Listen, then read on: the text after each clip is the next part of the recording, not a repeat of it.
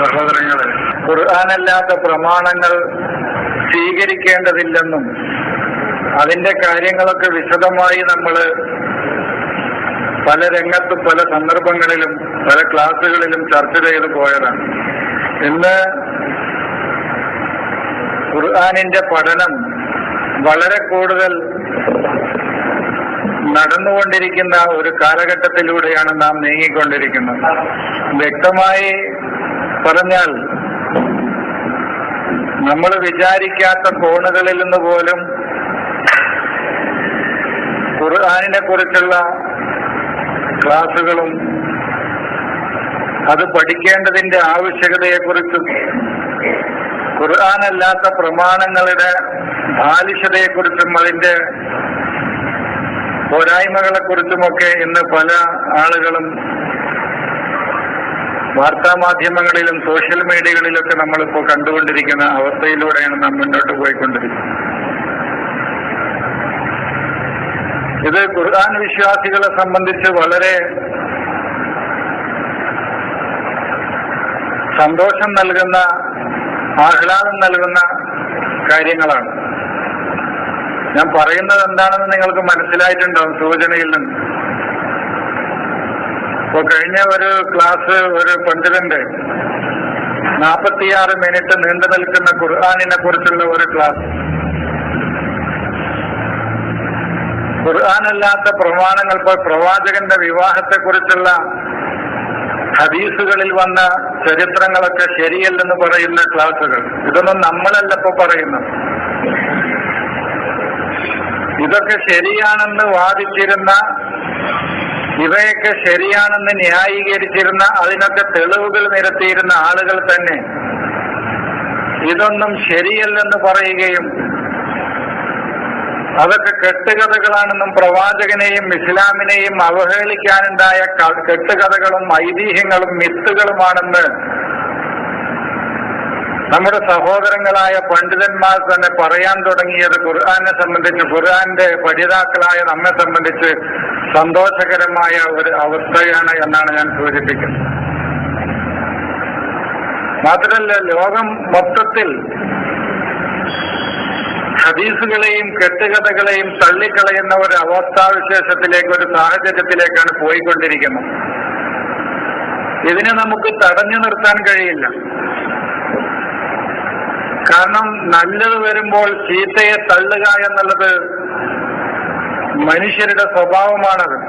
ചിന്തിക്കുകയും അറിവ് ഉൾക്കൊള്ളുകയും ചെയ്യാത്ത അനുകരണ സ്വഭാവമുള്ള മനുഷ്യരെ മാറ്റി നിർത്തിയാൽ, കാര്യങ്ങളെക്കുറിച്ച് സൂക്ഷ്മമായി വിലയിരുത്തുകയും പഠനം നടത്തുകയും അതിൽ നിന്ന് ശരി തെറ്റുകളെ കുറിച്ച് വേർതിരിച്ച് മനസ്സിലാക്കുകയും ചെയ്യുന്ന മനുഷ്യർ എക്കാലഘട്ടത്തിലും ഇങ്ങനെ നല്ലതിനെ സ്വീകരിക്കാൻ തയ്യാറായിട്ടുണ്ട് എന്നാണ് ഞാൻ സൂചിപ്പിക്കുന്നത്.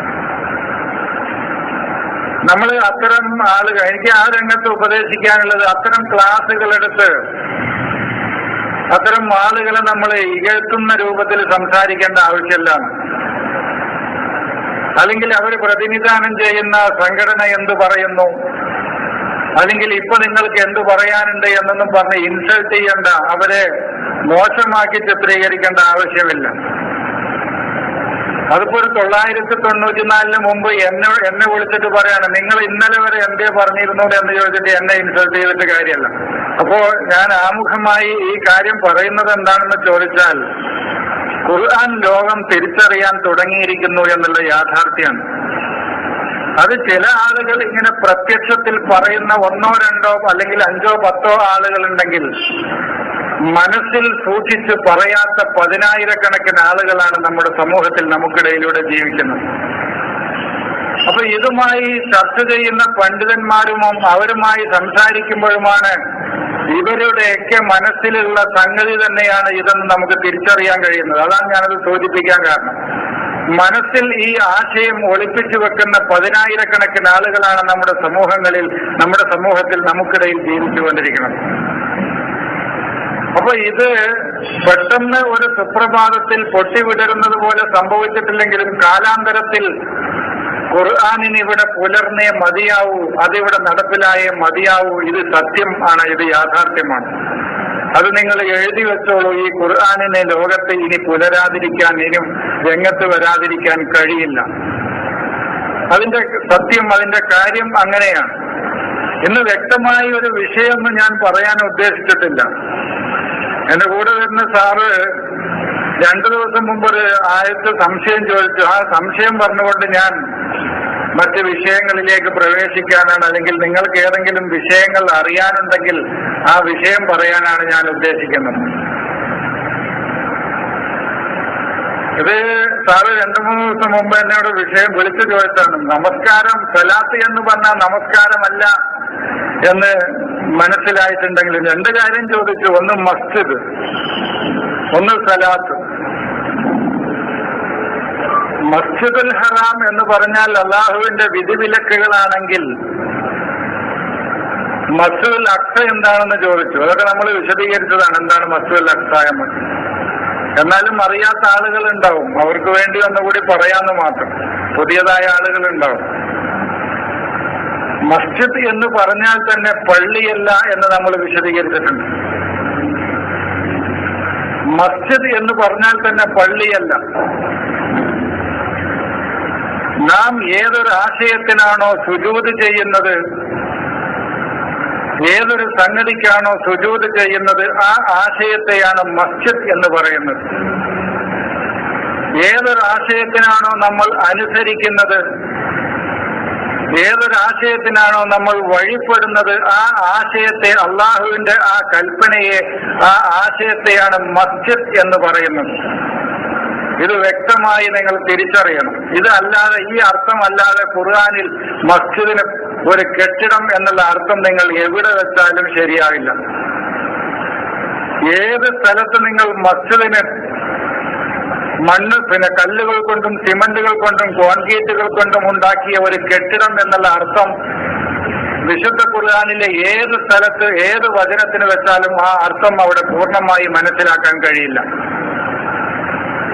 മറിച്ച് അള്ളാഹുവിന്റെ, അതാണ് ഞാൻ നിങ്ങളോട് ഒരിക്കൽ സൂചിപ്പിച്ചിട്ടുണ്ട്, ഖുദൂ സീനത്തക്കും ഇൻദ കുല്ലി മസ്ജിദിൻ വകുലു വശറബു വലാ തുസ്രിഫു. ഇത് ഞാൻ ഒരിക്കൽ വിശദീകരിച്ചു തന്നാണ്. മസ്ജിദ് എന്നുള്ള എന്റെ ക്ലാസ് കേട്ടാലും മതി നിങ്ങൾ. പക്ഷെ എന്നാലും എല്ലാവർക്കും അതിന് സൗകര്യം ഇല്ല എന്നുള്ളത് മനസ്സിലായതുകൊണ്ടാണ് അത് ഒന്നുകൂടി വിശദീകരിക്കുന്നത്. ഖുദൂ സീനത്തക്കും ഇൻദ കുല്ലി മസ്ജിദ് വമൻ അസ്ലമു മിമ്മൻ മനഅ മസാജിദ അല്ലാഹി. ഇങ്ങനെ മസ്ജിദ് വന്ന സ്ഥലങ്ങളൊക്കെ എന്റെ സഹോദരങ്ങളായ ആളുകൾ പരിശോധിച്ചാൽ നിങ്ങൾക്ക് മനസ്സിലാക്കാൻ കഴിയുന്ന ഒരു സത്യമുണ്ട്, ഒരു യാഥാർത്ഥ്യമുണ്ട്. അത് ഒരു കോൺക്രീറ്റ് കെട്ടിടമല്ല, അത് അള്ളാഹുവിന്റെ സന്ദേശമാണ്, അവന്റെ ആശയമാണ് മസ്ജിദ്. അതാണല്ലോ നിങ്ങൾ ഖുദൂ സീനത്തക്കും ഇൻദ കുല്ലി മസ്ജിദിൻ. അള്ളാഹുവിന്റെ ഏതേത് സന്ദേശങ്ങൾ നിങ്ങൾ സ്വീകരിക്കുമ്പോഴും അതൊരു സീനത്തായിക്കൊണ്ട്, ഒരു അലങ്കാരമായിക്കൊണ്ട് തന്നെ നിങ്ങൾ അതിനെ എടുക്കണം. ഖുദൂ സീനത്തക്കും, നിങ്ങൾ നിങ്ങളുടെ അലങ്കാരമായി നിങ്ങൾ സ്വീകരിക്കണം. ഇൻദ കുല്ലി മസ്ജിദിൻ. ഏതൊരാശയം നിങ്ങൾ അള്ളാഹുവിന്റെ ഏതൊക്കെ എന്തായാലും വേണ്ടില്ല, അത് നിങ്ങൾ സ്വീകരിക്കുമ്പോൾ അതൊരു നിങ്ങളുടെ മനസ്സിന്റെ ഒരു സൗന്ദര്യമായിട്ട്, മനസ്സിന്റെ ഒരു ഭംഗിയായിട്ട് നിങ്ങൾ അതിനെ സ്വീകരിക്കണമെന്ന് ഖുർആൻ പറഞ്ഞത് അതുകൊണ്ടാണ്. നേരെ മറിച്ച് ഏത് കെട്ടിടം കാണുമ്പോഴും നിങ്ങളുടെ അലങ്കാരങ്ങൾ എടുക്കണം എന്ന് പറയുമ്പോൾ, മസ്ജിദ് എന്ന് പറയുന്നത് ഒരു കെട്ടിടമായിട്ട് എടുക്കുമ്പോ, ഇപ്പൊ ഞങ്ങളിപ്പോ വണ്ടിയിൽ നിന്ന് വന്നപ്പോ പുളിക്കൽ നിന്ന് അവിടുന്ന് ഇവിടെ എത്തിയപ്പോൾ തന്നെ ചുരുങ്ങിയത് ഒരു 10-15 പള്ളികളെങ്കിലും കണ്ടു. അപ്പൊ ഓരോ പള്ളി കാണുമ്പോഴും നിങ്ങളുടെ അലങ്കാരം എടുക്കണം എന്ന് പറഞ്ഞാൽ അത് പ്രായോഗികമല്ല. ഒരു 15 പള്ളിയെങ്കിലും ചുരുങ്ങിയത് അവിടുന്ന് ഇപ്പൊ ഞങ്ങള് കൊണ്ടോട്ടിയിൽ നിന്ന് ഇങ്ങോട്ട് പോരുമ്പോ കണ്ടു. അപ്പൊ ഓരോ മസ്ജിദ് കാണുമ്പോഴും അള്ളാഹുവിന്റെ, നമ്മുടെ സീനത്തിന് ഇവർ പറയുന്ന അലങ്കാരങ്ങളാണ്, വസ്ത്രങ്ങളാണ്. ഇവർ പറയുന്ന സീനത്ത് എന്ന് പറഞ്ഞാൽ വസ്ത്രങ്ങളാണ്. സീനത്ത് എന്ന് പറഞ്ഞാൽ നമ്മുടെ മനസ്സിന്റെ ഭംഗിയാണ്. ഖുർആൻ ആശയപരമായിട്ടാണ് സംസാരിക്കുന്നത്, നമ്മൾ നിരവധി തവണ സൂചിപ്പിച്ചിട്ടുണ്ട്. അപ്പൊ മനസ്സിന്റെ ഒരു സൗന്ദര്യം, അത് ഒരു മനസ്സിന്റെ സൗന്ദര്യമായിട്ട്, ഒരു സത്യം പറയുക എന്നുള്ളത് അത് ഒരു സീനത്തായിട്ട് നമ്മൾ എടുക്കണം നമ്മുടെ ബിഹേവിയറിൽ, നമ്മുടെ സ്വഭാവത്തിൽ. നീതിയിൽ വർത്തിക്കുക. അതാണ് അള്ളാഹുവിന്റെ മസ്ജിദുകളാണ് ഞാൻ പറയുന്നത്. നീതിയിൽ വർത്തിക്കുക എന്നുള്ളത് എവിടെയാണെങ്കിലും അത് നമ്മുടെ ഒരു സൗന്ദര്യമായിട്ട് നമ്മൾ അത് എടുക്കണം. മനസ്സിന്റെ സൗന്ദര്യമായിട്ട് നമ്മൾ അത് എടുക്കണം. അത് സീനത്തായിട്ട് എടുക്കണം. സീനത്ത് എന്ന് പറയുന്നത് മനസ്സിലാണ്, നമ്മുടെ ഫിസിക്കലി അല്ല. അതാരോ വിവേകാനന്ദനായിട്ട് അമേരിക്കയിൽ പോയപ്പോൾ എന്താണ് ഈ തുണിയൊക്കെ എടുക്കണമെന്ന് ചോദിച്ചു. ഇത്തരം തത്വങ്ങൾ വലിയ ദാർശനികന്മാരൊക്കെ പറഞ്ഞിട്ടുണ്ട്. നിങ്ങളൊരു ജെന്റിൽമാനായിട്ട്, ഡ്രസ്സിലൊന്നും ഒരു ജെന്റിൽമാനായിട്ട് എന്താ വരാത്തത്? അദ്ദേഹം അതിന് പറഞ്ഞ മറുപടി, നിങ്ങളുടെ നാട്ടിൽ ഒരു ടൈലറാണ് ഒരു ജെന്റിൽമാനെ ഉണ്ടാക്കുന്നത്. പക്ഷേ ഞങ്ങളുടെ നാട്ടിൽ അവന്റെ ഒരു മനുഷ്യന്റെ ബിഹേവിയറാണ്, സ്വഭാവമാണ് ഒരു ജെന്റിൽമാനെ ഉണ്ടാക്കുന്നത്. ഇതാണ് ഞങ്ങൾ തമ്മിലുള്ള മാറ്റം, നിങ്ങളും ഞങ്ങളും തമ്മിലുള്ള മാറ്റം എന്ന് അമേരിക്കക്കാരോട് അദ്ദേഹം മറുപടി പറയുന്നുണ്ട്. അപ്പൊ ഒരു ജെന്റിൽമാനെ അമേരിക്കയിൽ വേഷം കൊണ്ട് ഒരു ടൈലറാണ് സൃഷ്ടിക്കുന്നതെങ്കിൽ ആ കാലഘട്ടത്തിൽ പറഞ്ഞതിന് മാറ്റമൊക്കെ ഉണ്ട് ഞാൻ പറയണത്. ഇദ്ദേഹം അതിന് കൊടുത്ത മറുപടിയിലെ ആ വശാണ്, അല്ലാതെ ഈ രാജ്യക്കാർ ഇന്ന് അങ്ങനെയാണോ എന്നുള്ളതിലല്ല നമ്മൾ തർക്കിക്കുന്നത്. അപ്പോ ഖുർആനും ആ തരത്തിലാണ് കാണുന്നത് എന്നാണ് ഞാൻ പറയുന്നത്. ഹബ്ബബ ഇലൈക്കുമുൽ ഈമാന വസയ്യനഹു ഫീ ഖുലൂബിഹിം എന്നാണ്. ഒരു മനുഷ്യന്റെ കൽബിലാണ് അവന്റെ സീനത്ത് നിലകൊള്ളുന്നത്, പ്രൗഢി നിലകൊള്ളുന്നത്, അവന്റെ സൗന്ദര്യം നിലകൊള്ളുന്നത്. അവന്റെ വേഷത്തിലല്ല അവൻ ഒരു മനുഷ്യനെ ജെന്റിൽമാൻ ആക്കണത്, സൗന്ദര്യമുള്ളവനാക്കണത്. മറിച്ച് അവന്റെ സ്വഭാവമാണ്, അവന്റെ കൽബിലാണ് ആ സീനത്ത് എന്നുള്ളതാണ് ഞാൻ സൂചിപ്പിച്ചത്. അത് അള്ളാഹു പറഞ്ഞതാണ്, നമ്മൾ പറഞ്ഞതല്ല. അവരുടെ ഹൃദയത്തെയാണ് അള്ളാഹു സീനത്ത് അലങ്കരിച്ചിരിക്കുന്നത്. അപ്പോ അള്ളാഹുവിന്റെ ഏതേത് ആശയങ്ങളെ നിങ്ങൾ സ്വീകരിക്കുമ്പോഴും അത് നിങ്ങളുടെ മനസ്സിന്റെ സൗന്ദര്യമായി നിങ്ങളത് സ്വീകരിക്കണമെന്നാണ് ഖുർആൻ പറയുന്നത്. നേരെ മറിച്ച് ഇന്നത്തെ പള്ളി ഒരു കോൺക്രീറ്റ് കെട്ടിടം എന്നുള്ള അർത്ഥത്തിൽ ഈ പദത്തെ എടുത്താൽ ഒരിക്കലും തന്നെ അത് പ്രായോഗികമാവുകയില്ല. ഏതൊരു പള്ളി കാണുമ്പോഴും നിങ്ങളുടെ ഡ്രസ്സ്, നിങ്ങളുടെ അലങ്കാരത്തിനുള്ള നിങ്ങളുടെ ഡ്രസ്സ്, വസ്ത്രം നിങ്ങൾ എടുക്കണം, നിങ്ങൾ അണിയണം എന്ന് പറഞ്ഞാൽ ഒന്നാമത് പ്രായോഗികമല്ല. രണ്ടാമത് ഒരു മനുഷ്യന്റെ അലങ്കാരം എന്നുള്ളത് അവന്റെ ഡ്രസ്സല്ല, വസ്ത്രമല്ല. മറിച്ച് അവന്റെ ക്യാരക്ടർ, അവന്റെ സ്വഭാവമാണ്, അവന്റെ ബിഹേവിയറാണ്, അവന്റെ പെരുമാറ്റമാണ്, അവന്റെ ഒരു വ്യക്തിയെ അവന്റെ വ്യക്തിത്വവൽക്കരണം നടത്തുന്നത്. ഇതാണ് ഞാൻ സൂചിപ്പിക്കുന്നത്.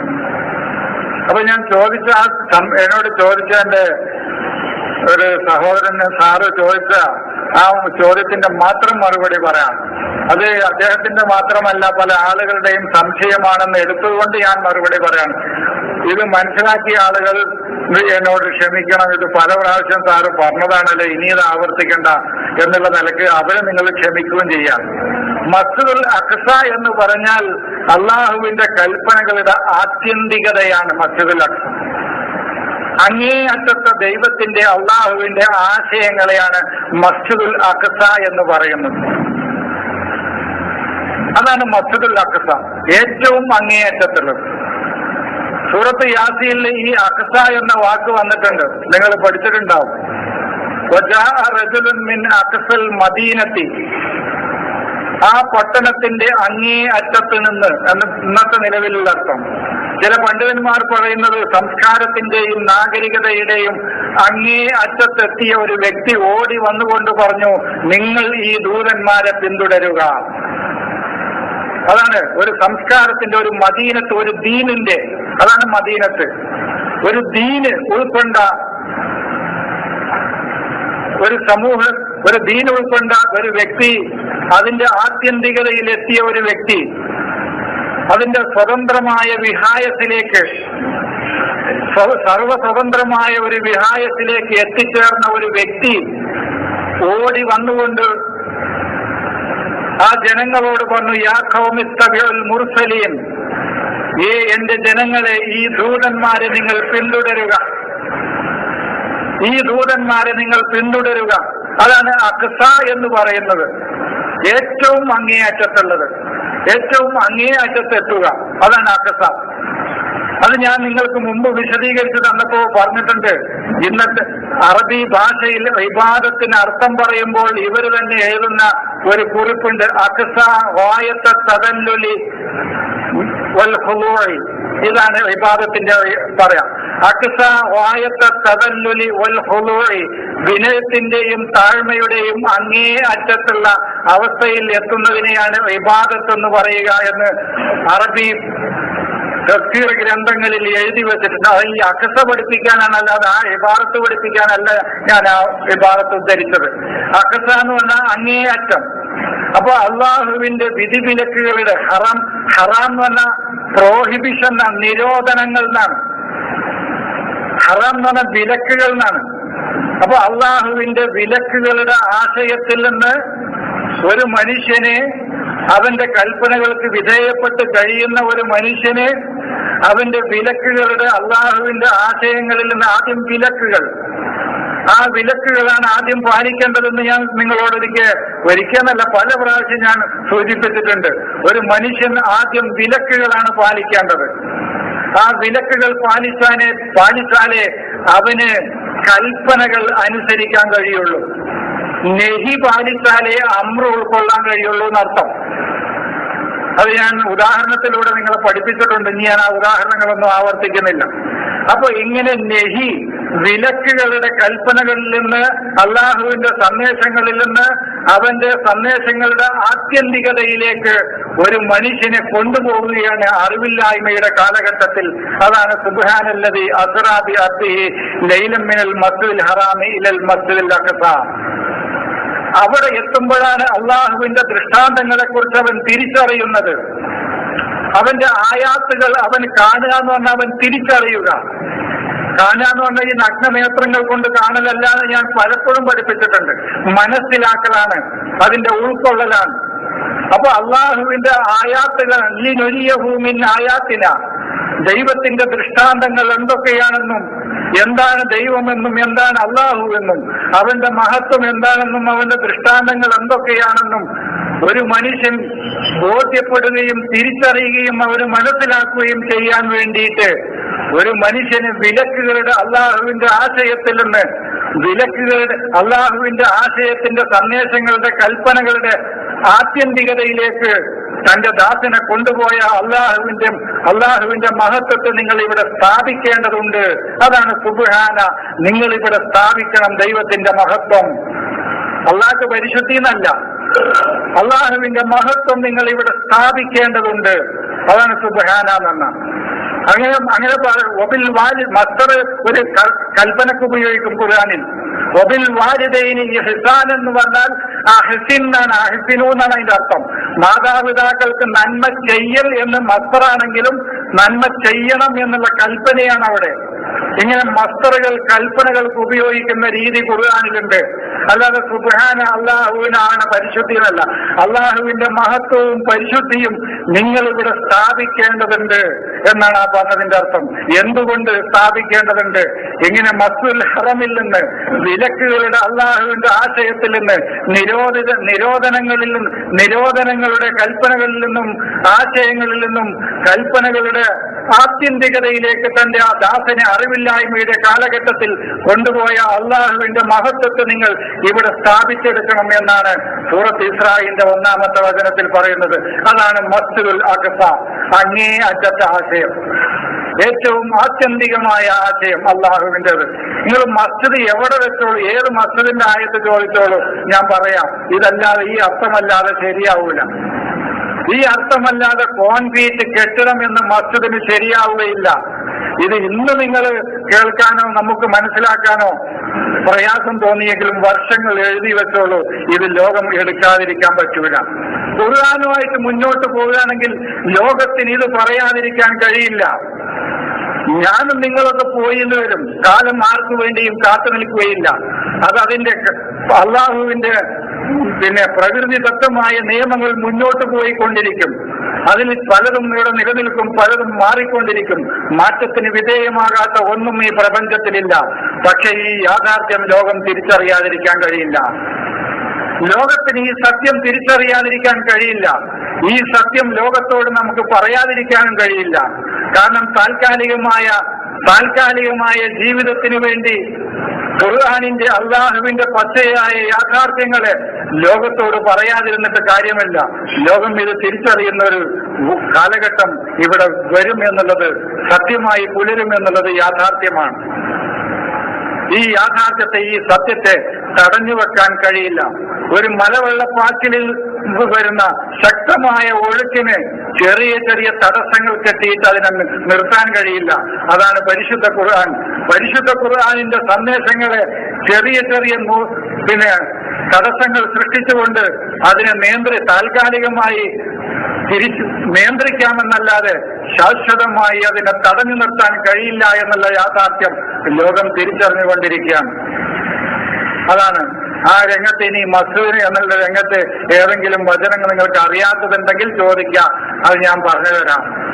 ഇനി സലാത്ത് എന്നുള്ള പേര് പകലിന്റെ രണ്ടറ്റങ്ങളിലും രാത്രിയിൽ നിന്ന് പകലിനോടടുത്ത സമയങ്ങളിലും നിങ്ങൾ നിസ്കരിക്കുക എന്ന ഒരു വചനമുണ്ട് സൂറത്ത് അൽ ഹൂദ് 114 വചനം, 11:114. ഇത് ഞാൻ വിശദീകരിച്ചിട്ടുണ്ട്. ഇതിന് ഞാൻ ഒന്ന് പറഞ്ഞതിനേക്കാൾ കൂടുതൽ അത് വിശദീകരണം അതിലുണ്ടാവും.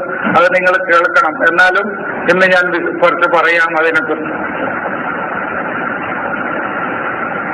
ഈ സൂറത്ത് അൽ ഹൂദ് എന്നുള്ള അധ്യായം നമ്മൾ ആദ്യം മുതൽ പരിശോധിച്ചു വരണം.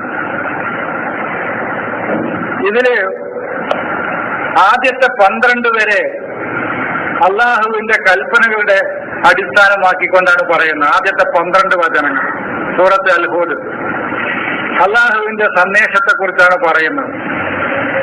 പിന്നെ 13 മുതൽ 19 വരെയുള്ള വചനങ്ങൾ അതും അള്ളാഹുവിന്റെ മാർഗനിർദ്ദേശങ്ങൾ ഒന്നുകൂടി വിശദീകരിച്ചുകൊണ്ട് അവിടുന്ന് പറയണം. അതിനുശേഷം പിന്നെ ഒരു വചനം മുതൽ മറ്റേ വചനം കൃത്യമായി പറയുന്നത് 25 മുതൽ 49 വരെയുള്ള വചനങ്ങളിൽ ഹൂദ് എന്ന ദൂതന്റെ ദൗത്യത്തെ കുറിച്ചാണ് പറയുന്നത്. 50 മുതൽ 60 വരെയുള്ള വചനങ്ങൾ സ്വാലിഹിന്റെ ദൗത്യത്തെ കുറിച്ചാണ് പറയുന്നത്.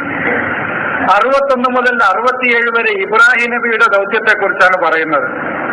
69 മുതൽ 76 വരെയുള്ള വചനങ്ങൾ ലൂത്ത് നബിയുടേതും, 77 മുതൽ 83 വരെ ഷുഐബിന്റേതും, 85 മുതൽ 95 വരെ ഇങ്ങനെ അവസാനമായി മൂസാ നബിയുടെ ദൗത്യവും വിശദീകരിക്കണം. ഇത് ഏകദേശം പറയുമ്പോഴത്തേന് 111 വചനം വരെ.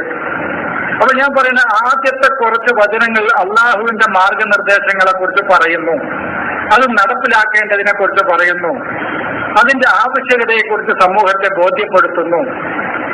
ഇങ്ങനെ ലോകത്ത് ഈ സന്ദേശം നടപ്പിലാക്കിയ ഒരുപാട് ദൈവദൂതന്മാരുടെ ചരിത്രം 111 വരെ പറയുന്നു. അങ്ങനെ പറഞ്ഞ ശേഷമാണ് 112 വചനത്തിൽ പിന്നെ നബിയിലേക്ക് തന്നെ അഭിസംബോധന വന്നു. ഈ സന്ദേശം ആർക്ക് അവതരിപ്പിക്കുന്നുവോ അന്ന് പ്രവാചകനായ മുഹമ്മദ് ആണെങ്കിൽ ഇന്ന് നമ്മൾ ഓരോരുത്തരോടും, അതാണ് ഫസ്തഖീം എന്ന് പറഞ്ഞാൽ. അന്ന് ഇതിന്റെ ഒന്നാമത് ആർക്കാണോ അവതരിപ്പിച്ചത് അത് മുഹമ്മദിനാണെന്ന് നമ്മൾ പറയുന്നു, ആ മുഹമ്മദിനോട്.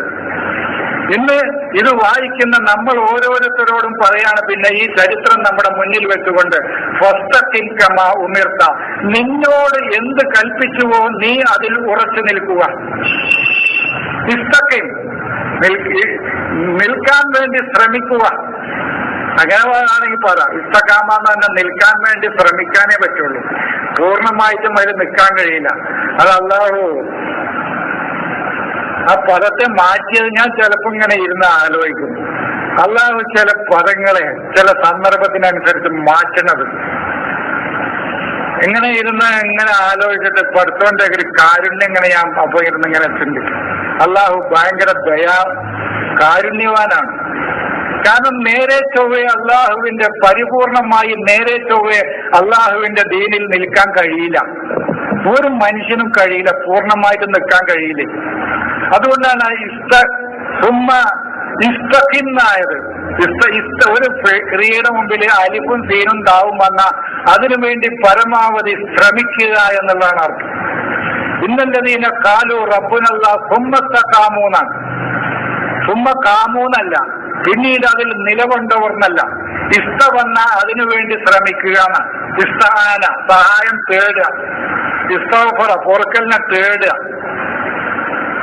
ഇങ്ങനെ ഇസ്തൻസറ സഹായം തേടുക. അലിഫും സീനും താവും ഒരു വെർബിന്റെ മുമ്പിൽ വന്നാൽ അതിന് മാക്സിമം ട്രൈ ചെയ്യാന്നുള്ള, അതിനുവേണ്ടി പരമാവധി ശ്രമിക്കുക എന്നുള്ളതാണ്. അതാണ് സ്വത്തൊക്കെ നീ പരമാവധി ശ്രമിക്കുക എന്നിട്ട് നിൽക്കാൻ. പരമാവധി കമാ ഉമിർത്ത, നീ കൽപ്പിക്കപ്പെട്ടതുപോലെ, നീ കൽപ്പിക്കപ്പെട്ടതുപോലെ നിന്നോട്. അപ്പോഴാണ് ഇതിന്റെ മുമ്പ് ആദ്യത്തെ 10-15 ആയത്തുകൾ ഞാൻ സൂചിപ്പിച്ചത്. കറക്റ്റ് അറിയില്ല, ഒരു 10-15 കൂട്ടിക്കോളൂ, ഞാൻ നേരെ നോക്കിയിട്ടില്ല. ആദ്യത്തെ 10-15 ആയത്തുകൾ ഈ സന്ദേശത്തെക്കുറിച്ചും അത് നടപ്പിലാക്കേണ്ടതിനെ കുറിച്ചും പ്രവാചകനോട് നിർദ്ദേശങ്ങൾ കൊടുത്തു. ഇത് കൊടുത്ത് ഇത് നടപ്പിലാക്കിയ, ഇതിനു വേണ്ടി പരിശ്രമിച്ച ദൈവദൂതന്മാരുടെ ചരിത്രങ്ങൾ മുന്നിൽ വെച്ചു. മുന്നിൽ വെച്ച ശേഷം പിന്നെ വീണ്ടും അഭിസംബോധന ഈ പ്രവാചകനോട് തന്നെ, ഈ ദൂതനിലേക്ക് തന്നെ പിന്നീട് വരികയാണ് 112 മുതൽ. ഈ 112-ാമത്തെ വചനത്തിൽ പറയാണ്, ഫസ്തഖിം, നീ നിലകൊള്ളുക, കമാ ഉമിർത്ത, നിന്നോട് കൽപ്പിക്കപ്പെട്ടതുപോലെ. ഒമൻ താപമാക്ക, നിന്റെ കൂടെ തിരിച്ചു വന്ന ആളുകളും ഈ സന്ദേശത്തിലേക്ക്. ഒമൻ താപ, മടങ്ങി വന്നവരും, മാക്ക, നിന്നിലേക്ക്, നിന്റെ കൂടെ.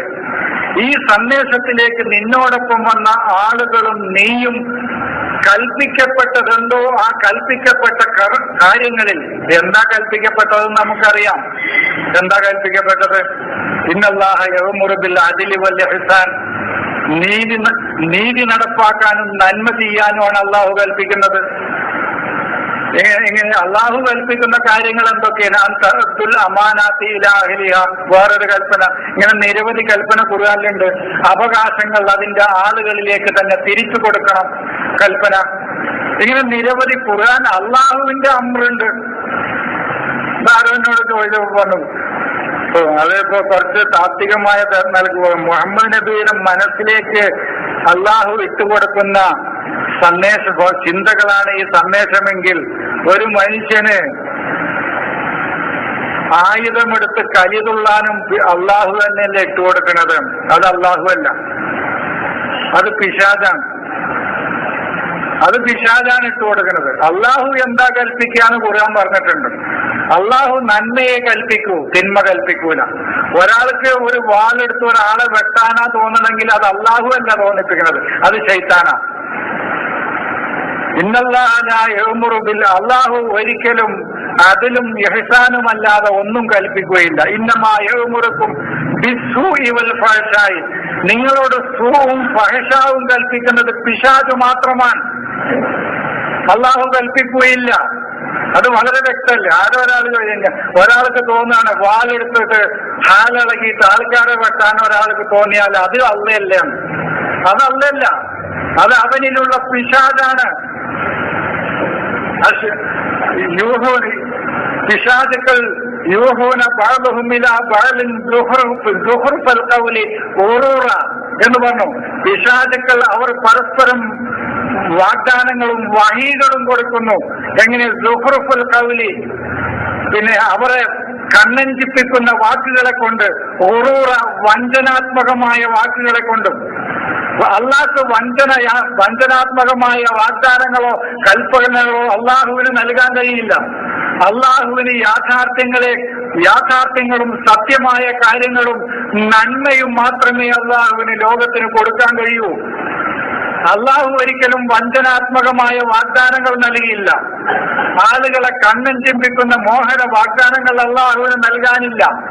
അതൊക്കെ ഇവിടുത്തെ പിശാചുക്കൾ നൽകുന്നതാണ്. അത് പിശാചിനോട് അള്ളാഹു പറഞ്ഞല്ലോ,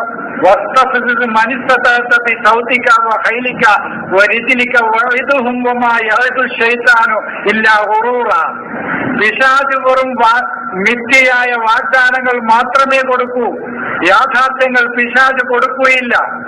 അപ്പൊ ആ സംശയം ഇനി ആർക്കും വേണ്ട. ഒരാൾ വാളെടുത്തിട്ട് കലിതുള്ളി ആൾക്കാരെ വെട്ടാൻ തുടങ്ങിയ അതും അള്ള കൊടുക്കണ വഹി തന്നെയല്ലേ എന്ന് വെച്ചാൽ അത് അള്ള കൊടുക്കണ വഹിയല്ല, അത് ശൈത്താൻ കൊടുക്കണ വഹിയാണ് എന്നാണ് ഖുർആൻ പറയുന്നത്. അത് അള്ളാഹു കൊടുക്കണ വഹിയല്ല. അള്ളാഹു അതിലും ഇഹ്സാനും നന്മയും മാത്രമേ അള്ളാഹു കൽപ്പിക്കുകയുള്ളൂ. തിന്മ ഒരിക്കലും അള്ളാഹു കൽപ്പിക്കുകയില്ല. തിന്മ ഒരിക്കലും അള്ളാഹു സന്ദേശം നൽകുകയില്ല. ഒരു ഫഹ്ശാഹ് ഇസ്ലാമിക വിരുദ്ധമായ പ്രവർത്തനങ്ങൾ ഒരിക്കലും അള്ളാഹു സന്ദേശമായി നൽകുകയില്ല എന്നാണ് ഖുർആൻ പറയുന്നത്. അത് പൈശാചികമാണ്, അത് ദൈവികമല്ല. അത് പൈശാചികമാണ്, അത് ദൈവികമല്ല. അപ്പൊ അതാണ് നിന്നോട് എന്ത് കൽപ്പിക്കപ്പെട്ടോ അതിൽ നീ ഉറച്ചു നിൽക്കുക. ഒമൻ താപമാക്ക, നിന്റെ കൂടെ താപ മടങ്ങി വന്നവരും റജ തൗബ ചെയ്യാന്നല്ല, ഇപ്പൊ നമുക്ക് പശ്ചാത്തപിക്കാന്നല്ല. പശ്ചാത്തപിച്ച് മടങ്ങാന്നിട്ട് ആ മടങ്ങ ശരിയാണ്, പശ്ചാത്താപം തെറ്റാണ്.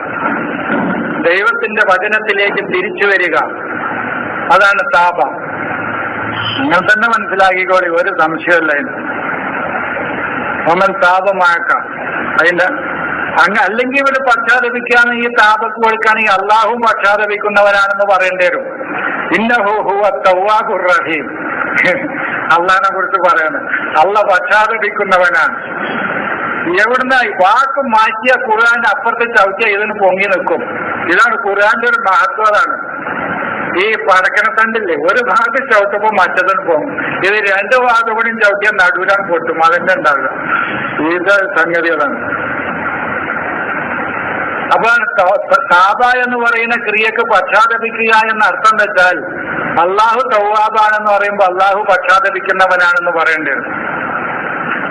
റജ എന്നാണ് അതിന്റെ അർത്ഥം, ആദാന്നാണ്. അതിലൊന്നും സംശയമല്ല, നിങ്ങൾ ധൈര്യമായിട്ട് പറയും. വലാ തതഗൗ, നിങ്ങൾ അതിക്രമം കാണിക്കരുത്. ഇത് ശ്രദ്ധിച്ച് ഇവിടുന്ന് പോയാലേ ഈ 114 മനസ്സിലാവുള്ളൂ. ഈ ഖുർആനിന്റെ സന്ദർഭത്തിൽ നിന്ന് അടർത്തിയെടുക്കലാണ് ഖുർആനോട് കാണിക്കുന്ന ഏറ്റവും വലിയ അക്രമം. സന്ദർഭത്തിൽ നിന്ന് ഇതിനെ അടർത്തിയെടുക്കരുത്. എന്നിട്ട് അത് എവിടേക്കെങ്കിലും കൊണ്ടുവരിക. മദീനയിൽ ഒരു റീന എന്ന് പറഞ്ഞ പെണ്ണുണ്ടായിരുന്നു, ഓൾക്കാണ് ഈ ആയത്തിറങ്ങിയത്. പിന്നെ അല്ലെങ്കിൽ ഞാൻ പറഞ്ഞില്ല, എപ്പോഴും പറഞ്ഞില്ല, മറ്റേ ആയിഷ ബീവി ഹബ്ബി എന്താണ് അടുക്കളയിൽ വെക്കണേന്ന് ഇങ്ങനെ നോക്കുക, എന്നിട്ട് അള്ള ആയത്തിറക്കുക. ഇപ്പൊ ആ ആയത്തൊക്കെ പാച്ചിഗുണം തരും. ഭയങ്കര കളി നടക്കേണ്ട ഉള്ളിൽ കൂടി അതൊക്കെ തിരിച്ചറിയാനിട്ടാ. വേറൊരു പിന്നെ വാട്സാപ്പിലൊരു സഹോദരന്റെ കമാൻഡ് വളരെ ശരിയാണ്. ഇവരിപ്പോ ഇത് പറയണ എന്താന്ന് നിങ്ങൾക്ക് അറിയോ? ഓടണ നായിന് ഒരു മുഴം മുന്നേ എറിയാന്നുള്ളൊരു തത്വമുണ്ട്. അതാണ് ഓൽക്കും മനസ്സിലായിക്കൊണ്ട് ഇനി ഇത് പറഞ്ഞിട്ടില്ലെങ്കിൽ പിടിച്ചു നിൽക്കാൻ കഴിയില്ല. ഈ ആഴ്ച ഈ ആഴ്ച എന്ന് പറഞ്ഞാൽ ഇന്ന് പള്ളിയിൽ ജിഹാദ് പറയാൻ ഫത്വ പറയാൻ എന്നോട് വിഷയം ചോദിച്ചു. അറിയങ്ങൾക്ക്. എന്നിട്ട് ഞാൻ ജിഹാദിന്റെ എല്ലാ ആയത്തും ഇതാണ് ഇന്നെന്റെ ഫത്വ വിഷയം എന്നാ പറഞ്ഞത്. ആളൊന്നും പറയില്ല, എന്തുകൊണ്ട് പറയുന്നില്ല എന്നാണ്. അത് പറഞ്ഞോട്ടെ. നമുക്ക് ഈ ചില ആൾക്കാരുടെ ധാരണ ഈ KSSൽ തന്നെ വരണ്ട. ഇത് ഞാൻ പറഞ്ഞ ആൾക്കാർക്ക് എന്നോട് നിങ്ങൾ ദേഷ്യപ്പെട്ടിട്ട് വരണ്ട. കാരണം ലോകത്തിന് മൊത്തത്തിൽ കിട്ടേണ്ട ഒരു കാര്യം ഈ 4 ആൾക്കാർ കൂടി ഒരു KSS ഉണ്ടാക്കി ആൾക്കാരൊക്കെ ഇതിലേക്ക് വരണമെന്നൊന്നുമില്ല. മുജാഹിദിൽ നിന്നിട്ട് തന്നെ നേരായാൽ മതി.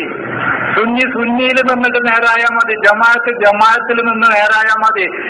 ഹിന്ദുവായിട്ട് നിന്ന് നേരായാൽ മതി. ക്രിസ്ത്യാനിയായിട്ട് നിന്നിട്ട് അള്ളാന്റെ ദീനിലേക്ക് വന്നാൽ മതി. അതിന് പറ്റും. ആരത് പറ്റൂല എന്നാണ്?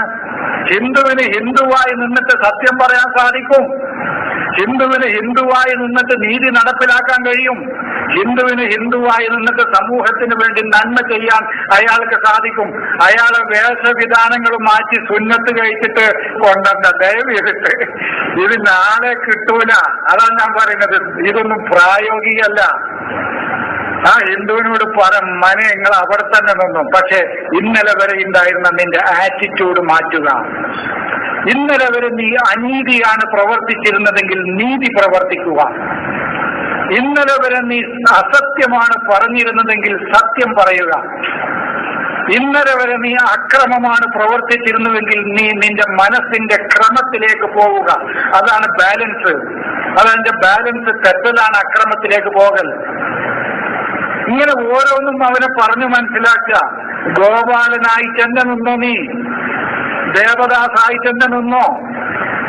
ജോസഫായി തന്നെ നിൽക്ക് നീ. പക്ഷേ നിന്റെ സാമ്പത്തിക ചൂഷണത്തിന്റെ നിന്റെ വഴികൾ മാറ്റുക. നീ ദൈവത്തെ തിരിച്ചറിയുക.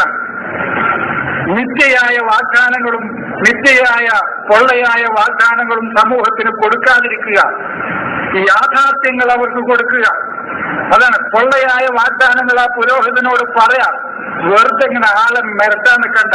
ധ്യാനം കൂടിയാ നിങ്ങളുടെ കാലിന്റെ നൊണ്ടൽ മാറുന്നില്ല. ഈ പൊള്ളയായ പിശാചിന്റെ വാഗ്ദാനങ്ങൾ കൊടുക്കാതിരിക്കുക. അത് അല്ലാഹു പറയുന്നില്ല. പ്രാർത്ഥിച്ചാൽ നിങ്ങളുടെ കാലിന്റെ നൊണ്ടൽ മാറ്റിത്തരാന്ന് അള്ള പറഞ്ഞിട്ടില്ല. എന്നിട്ടല്ലേ പൊള്ളയായ വാഗ്ദാനങ്ങൾ ദയവ് ചെയ്തിട്ട് കൊടുക്കാതിരിക്കാം. ധ്യാനം കൂടാനൊന്നും ആളെ കിട്ടൂല. യൂറോപ്പൊക്കെ അതെന്നോ കൈവിട്ടു. ഒക്കെ അറിയോ? യൂറോപ്പിലൊന്നും ഇപ്പൊ ധ്യാനം കൂടാൻ ആളില്ല. ഇപ്പൊ പോലും ഈ പശ്ചിമേഷ്യൻ ഏഷ്യൻ രാജ്യങ്ങളിലും കുറച്ച് പിടികൊല്ലുണ്ടാവും നോക്കുക. ഈ പൊള്ളയായ വാഗ്ദാനങ്ങൾക്കൊന്നും ആളെ കിട്ടൂല. ജനം സത്യം തിരിച്ചറിയും. ജനം ഇങ്ങനെ ഈ യാഥാർത്ഥ്യങ്ങൾ അവിടെ നിന്നുകൊണ്ട് തന്നെ പഠിപ്പിക്കാനുള്ള വഴികളാണ് നമ്മൾ നോക്കേണ്ടത്. അവനെ മാമോദീസ മുക്കിയിട്ടോ അവന്റെ സുന്നത്ത് കഴിച്ചിട്ടോ അവനെ തൊപ്പിരിപ്പിച്ചിട്ടോ ദയവ് കൊണ്ടുവരാൻ നിൽക്കണ്ട. അവനെ ഒരു മനുഷ്യനാക്കാൻ മാറ്റാം. ഇത്രേ ഖുർആന് പറയാനുള്ളൂ. ചിലവരിത് പറയുമ്പോ എന്നോട് പറയും, ഈ അറബിയൊക്കെ പാടെ പഠിച്ചിട്ട് ഇനിയിപ്പോ മുസ്ലിം ആകലൊന്നും ഞമ്മക്ക് ഈ 60-ാം വയസ്സിലും 70-ാം വയസ്സിലും നടക്കൂല. ഞാൻ പറഞ്ഞു നടക്കണ്ട. നിങ്ങളുടെ ഒരു സൃഷ്ടിപ്പുണ്ടല്ലോ, ആ സൃഷ്ടിപ്പിലേക്ക് തിരിച്ചു പോയാൽ മതി. നിങ്ങൾ വേറെ ഒന്നും വേണ്ട. മനുഷ്യന്റെ സൃഷ്ടിപ്പുണ്ട്.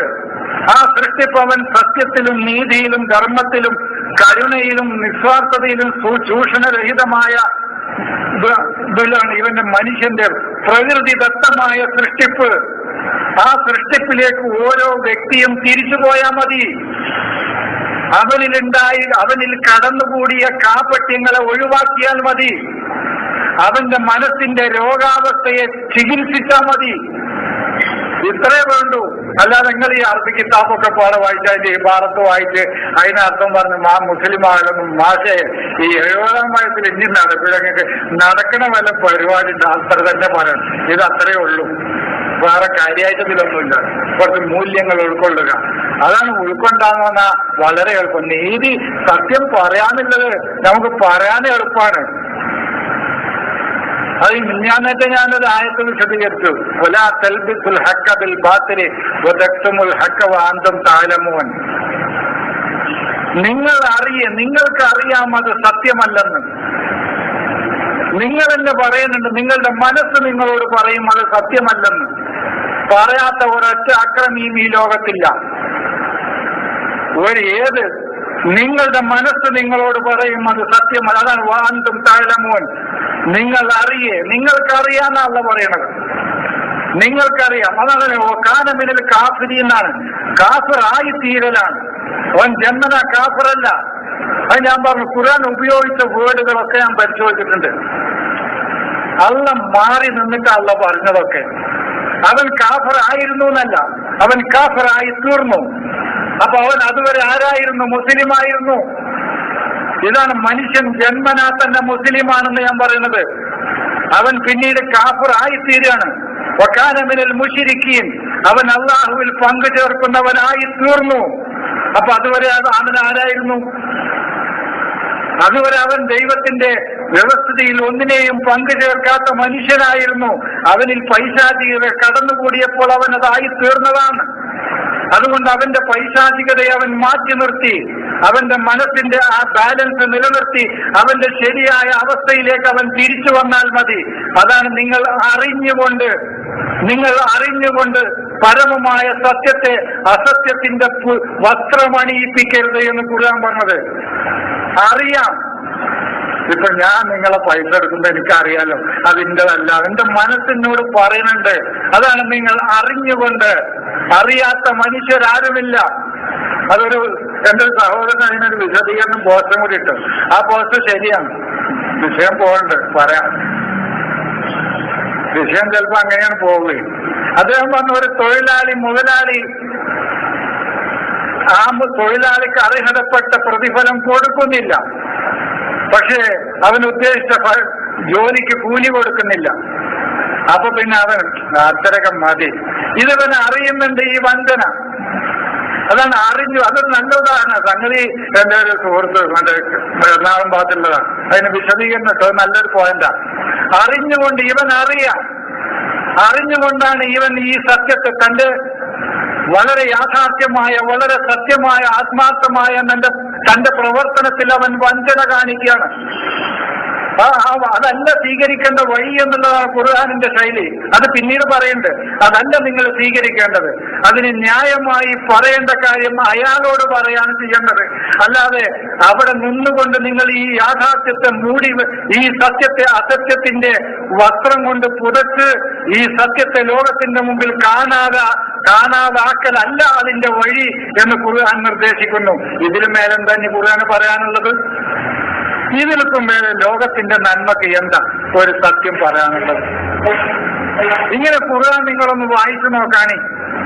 ഇത് വായിച്ച് ഒരു അൽബക്കറ കഴിയുമ്പോൾ തന്നെ നിങ്ങളൊരു പുതിയ മനുഷ്യനായി ലോകത്ത് വരികയാണ്. അൽബക്കറ കഴിഞ്ഞാൽ മതി, അധികമൊന്നും വേണ്ട. അൽബക്കറ കഴിയുമ്പോൾ തന്നെ ഇന്നലെ വരെയുള്ള ഞാനല്ല ഇന്ന്, ഇന്നലെ വരെയുള്ള എന്റെ ബിഹേവിയർ അല്ല ഇന്ന്, ഇന്നലെ വരെ എന്റെ സത്യത്തെക്കുറിച്ചുള്ള കാഴ്ചപ്പാടല്ല ഇന്ന്, ഇന്നലെ വരെ എന്റെ നീതിയെക്കുറിച്ചുള്ള കാഴ്ചപ്പാടല്ല ഇന്ന്. ഇങ്ങനെ മാറിയിട്ടില്ലെങ്കിൽ ഈ വായന കൊണ്ട് ഗുണമല്ല കേട്ടോ. അതും ഞാൻ പറയാം. വെറുതെ അക്ഷരങ്ങളിലൂടെ അവൻ പോകാനാണെങ്കിൽ ഈ ബുക്കല്ല എന്നല്ല ഒരു ബുക്കും അവന് വായിച്ചിട്ട് കാര്യമല്ല. അപ്പൊ ഞാൻ ഈ വിഷയത്തിലേക്ക് വരാം. അപ്പൊ മമ്മൻ വലാത്തവും, നിങ്ങൾ അതിക്രമം കാണിക്കരുത്. അതിക്രമം കാണിക്കാന്ന് പറഞ്ഞാൽ നിരവധി അർത്ഥമുണ്ട്. അപ്പൊ വിശദീകരിച്ച ഉദ്ദേശ സംഗതി നടക്കുക. ഇന്നഹു ബിമാ തഅമലൂന ബസീർ, അള്ളാഹു നിങ്ങൾ പ്രവർത്തിക്കുന്നതിനെ കുറിച്ച് സൂക്ഷ്മമായി കാണുന്നുണ്ട്. സൂക്ഷ്മമായി കാണുന്നുണ്ട്. ചിലവർക്ക് അള്ള എവിടെ കാണുന്നുണ്ടോ? അള്ളാഹു മൈന്യൂട്ടായ കാര്യങ്ങൾ വരെ കാണുന്നുണ്ട്. അതിന് കാണുന്നുണ്ട്, അതിന് റിസൾട്ടും ഉണ്ട്. റിസൾട്ട് ഉണ്ടല്ലോ. ഇവര് പറയുന്നത് എവിടെ അള്ള കാണുന്നു എന്നാണ്. അള്ള ഈ സുനാമി ഒന്നും കാണുന്നില്ല. പാവങ്ങൾ കടന്ന് പിന്നെ സുനാമിയിൽപ്പെട്ട് എത്ര ആയിരം കുട്ടികളാ മരിച്ചത്. അള്ള എന്താ കാണാത്തതെന്ന്? അള്ള കാണുന്നുണ്ട്. കാണുകൊണ്ടാണ് അത് ഉണ്ടാകുന്നത്.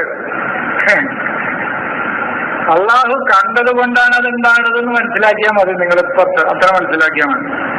ഒരു വിത്ത് ഇടുമ്പോഴത്തിന് അത് ഭൂമിയിൽ നിന്ന് മുളക്കുന്നു. എന്തുകൊണ്ടാണത്? കാണുകൊണ്ടാണത്. കയ്യിൽ ഒരു ചെറിയ മുറിവ് പറ്റുമ്പോഴത്തിന് അതിന്റെ റിസൾട്ട് വരുന്നു. അള്ളാഹു കാണുന്നുണ്ട്. ഈ പ്രപഞ്ചത്തിൽ അള്ളാഹു കാണാത്ത ഒരു കർമ്മവുമില്ല, ഒരു അനക്കവുമില്ല. കാരണം അപ്പോഴത്തിന് അതിന്റെ റിസൾട്ട് ഇവിടെ വരുന്നുണ്ട്. അത് അള്ളാഹുവിന്റെ മഹത്തായ അനുഗ്രഹമാണ്, അപാരമായ അനുഗ്രഹമാണ്. അത് അള്ളാഹുവിന്റെ. എങ്ങനെയെന്നുള്ളത് പിന്നീട് നിങ്ങൾ ചിന്തിച്ചാൽ മതി. ഇതിനേക്കാളും വലിയ ഒരു അനുഗ്രഹം ലോകത്ത് അള്ളാഹുവിന് ചെയ്യാൻ വേറെ ഒന്നുമില്ല. അത്ര വലിയ അനുഗ്രഹം. അത് ചില ആളുകൾ പറയുന്ന അള്ളാന്റെ ശിക്ഷയാണ്. ശിക്ഷയല്ല, ദൈവത്തിന്റെ മഹത്തായ അനുഗ്രഹമാണത്. അതിനത്രേ പറയാൻ കഴിയുള്ളൂ. വലാതർക്കുനു, നിങ്ങൾ അതിക്രമം കാണിക്കാൻ പാടില്ലെന്നു മാത്രമല്ല, നിങ്ങൾ അതിനോടൊരു മൃദു സമീപനവും സ്വീകരിക്കരുത്, ചായ്വ് കാണിക്കരുത്. റുക്കിന് തന്നെ തോന്നുന്ന അതിന്റെ താങ്ങായി നിങ്ങൾ നിലകൊള്ളരുത്. ഇലല്ലദീന വലമു, അക്രമികളിലേക്ക്. ഞങ്ങൾ വരുമ്പോ ഒരു വിഷയം ഇങ്ങനെ സംസാരിച്ചപ്പോ ഒരു അക്രമം കാണിച്ച മനുഷ്യനോട് വളരെ സുഹൃത്തായിട്ട് പോലും അതിനോട് മൃദു സമീപനം സ്വീകരിച്ചില്ല എന്ന് പറഞ്ഞു എന്റെ ഒരു സഹോദരൻ. അത് നീതിയുടെ ഒരു സത്യത്തിന്റെ പാരമ്പര്യയിലെത്തിയ ഒരു സ്വഭാവത്തിന്റെ ഊടും സ്ഥലത്തിലെത്തുമ്പോഴേ അത് സാധിക്കുള്ളൂ. മറ്റത് അവനാന്റെ മകനല്ലേ എന്നാണ്. മകനോടൊരു മൃദു സമീപനം ഉണ്ടാവും അക്രമം കാണിക്കുമ്പോൾ. നബിയോട് പറയാണ് പോലെ അത്തർക്കുനോ, നിങ്ങൾ ഒരു താങ്ങായി നിലകൊള്ളരുത്. നിങ്ങൾ അതാണ് റുക്കിന് തന്നെ ഒരു തൂണുന്ന ശരിക്കാ വേർഡിന്റെ അർത്ഥം. റുക്കിന് ഒരു താങ്ങ് തൂണുന്ന. അത് അങ്ങനെ തന്നെ പറയുമ്പോൾ ഒന്നുകൂടി ആശയം വിപുലീകരിക്കും. അതാണ് ഞാൻ ഓരോ പദത്തിന്റെ അതിന്റെ ശരിയായ അർത്ഥം തന്നെ പറയാൻ ശ്രമിക്കുന്നത്. നിങ്ങൾ ഒരു താങ്ങായി നിൽക്കരുത്. ആർക്ക്? ഇലല്ലദീന വലമു, നിങ്ങളിലെ അതിക്രമം കാണിക്കുന്നവർക്ക്. അത് താങ്ങായി നിന്നാൽ ആ അതിക്രമം ലോകത്ത് വ്യാപിക്കുകയാണ് ചെയ്യുക. ആ വ്യാപിക്കുമ്പോൾ നിങ്ങളുടെ തന്നെ നിലനിൽപ്പ് അത് അപകടത്തിലാക്കും. വേറെ കുഴപ്പമൊന്നുമില്ല. ഈ പുസ്തകം വായിക്കണോ വായിക്കണ്ടേന്നൊക്കെ ഞാൻ ആലോചിക്കട്ടെ. ഈ പുസ്തകം വായിക്കല്ലാതെ ലോകത്തിൽ നിവൃത്തിയില്ലട്ടോ. അക്രമികളുടെ താങ്ങായി നിങ്ങൾ നിലകൊള്ളരുതെന്ന് പറഞ്ഞ പ്രത്യക്ഷത്തിൽ നമുക്ക് തോന്നും എന്താ മകനൊരു സൈഡ് പറഞ്ഞാല്.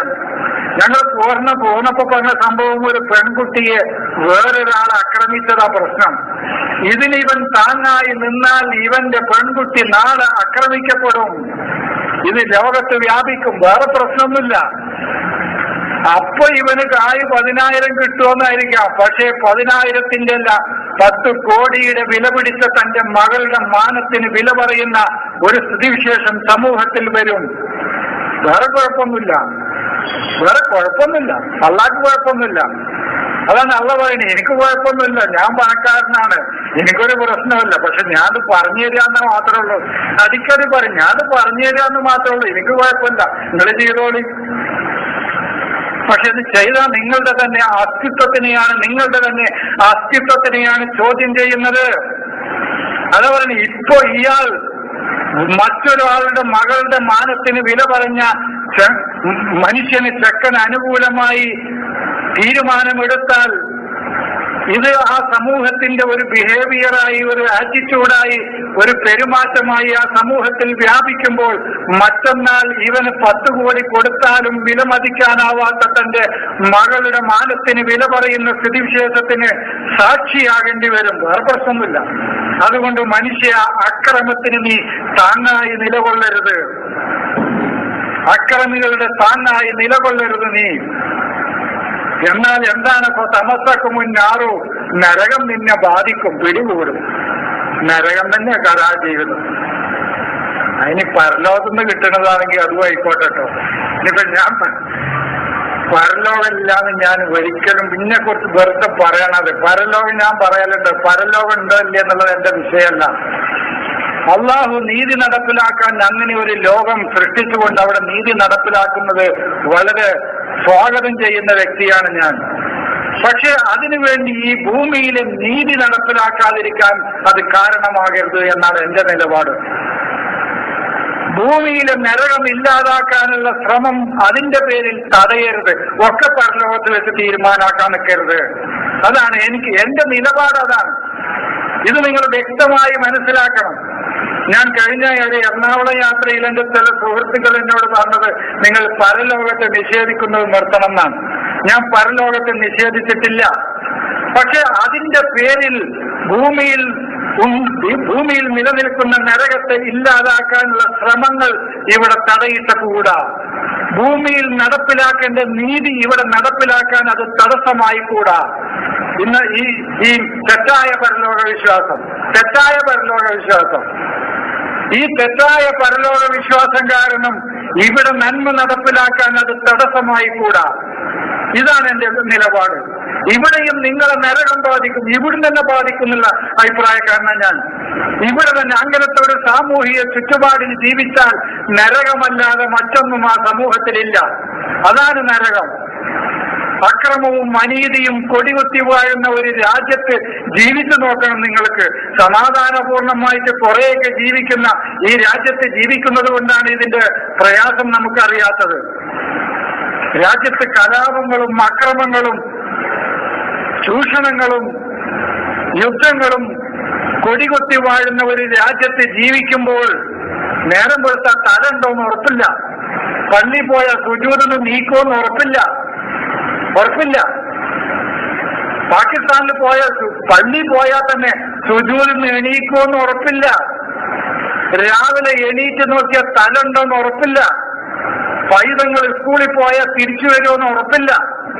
അങ്ങനത്തെ ഒരു രാജ്യം നരകമല്ലാതെ പിന്നെ എന്താണ്? അതാണ് നരകം. അതാണ് ഈ അക്രമത്തിലേക്ക് നിങ്ങൾ ചായ്വ് കാണിച്ചാൽ, അതിന് നിങ്ങൾ താങ്ങായി നിലകൊണ്ടാൽ അത് നിങ്ങൾക്ക് നരകം ബാധിക്കും. അത്രേ ഞാൻ പറയുന്നുള്ളൂ. ബാക്കി നിങ്ങൾ ചിന്തിച്ചാൽ മതി. അത് നിങ്ങൾക്ക് നരകം ബാധിക്കും.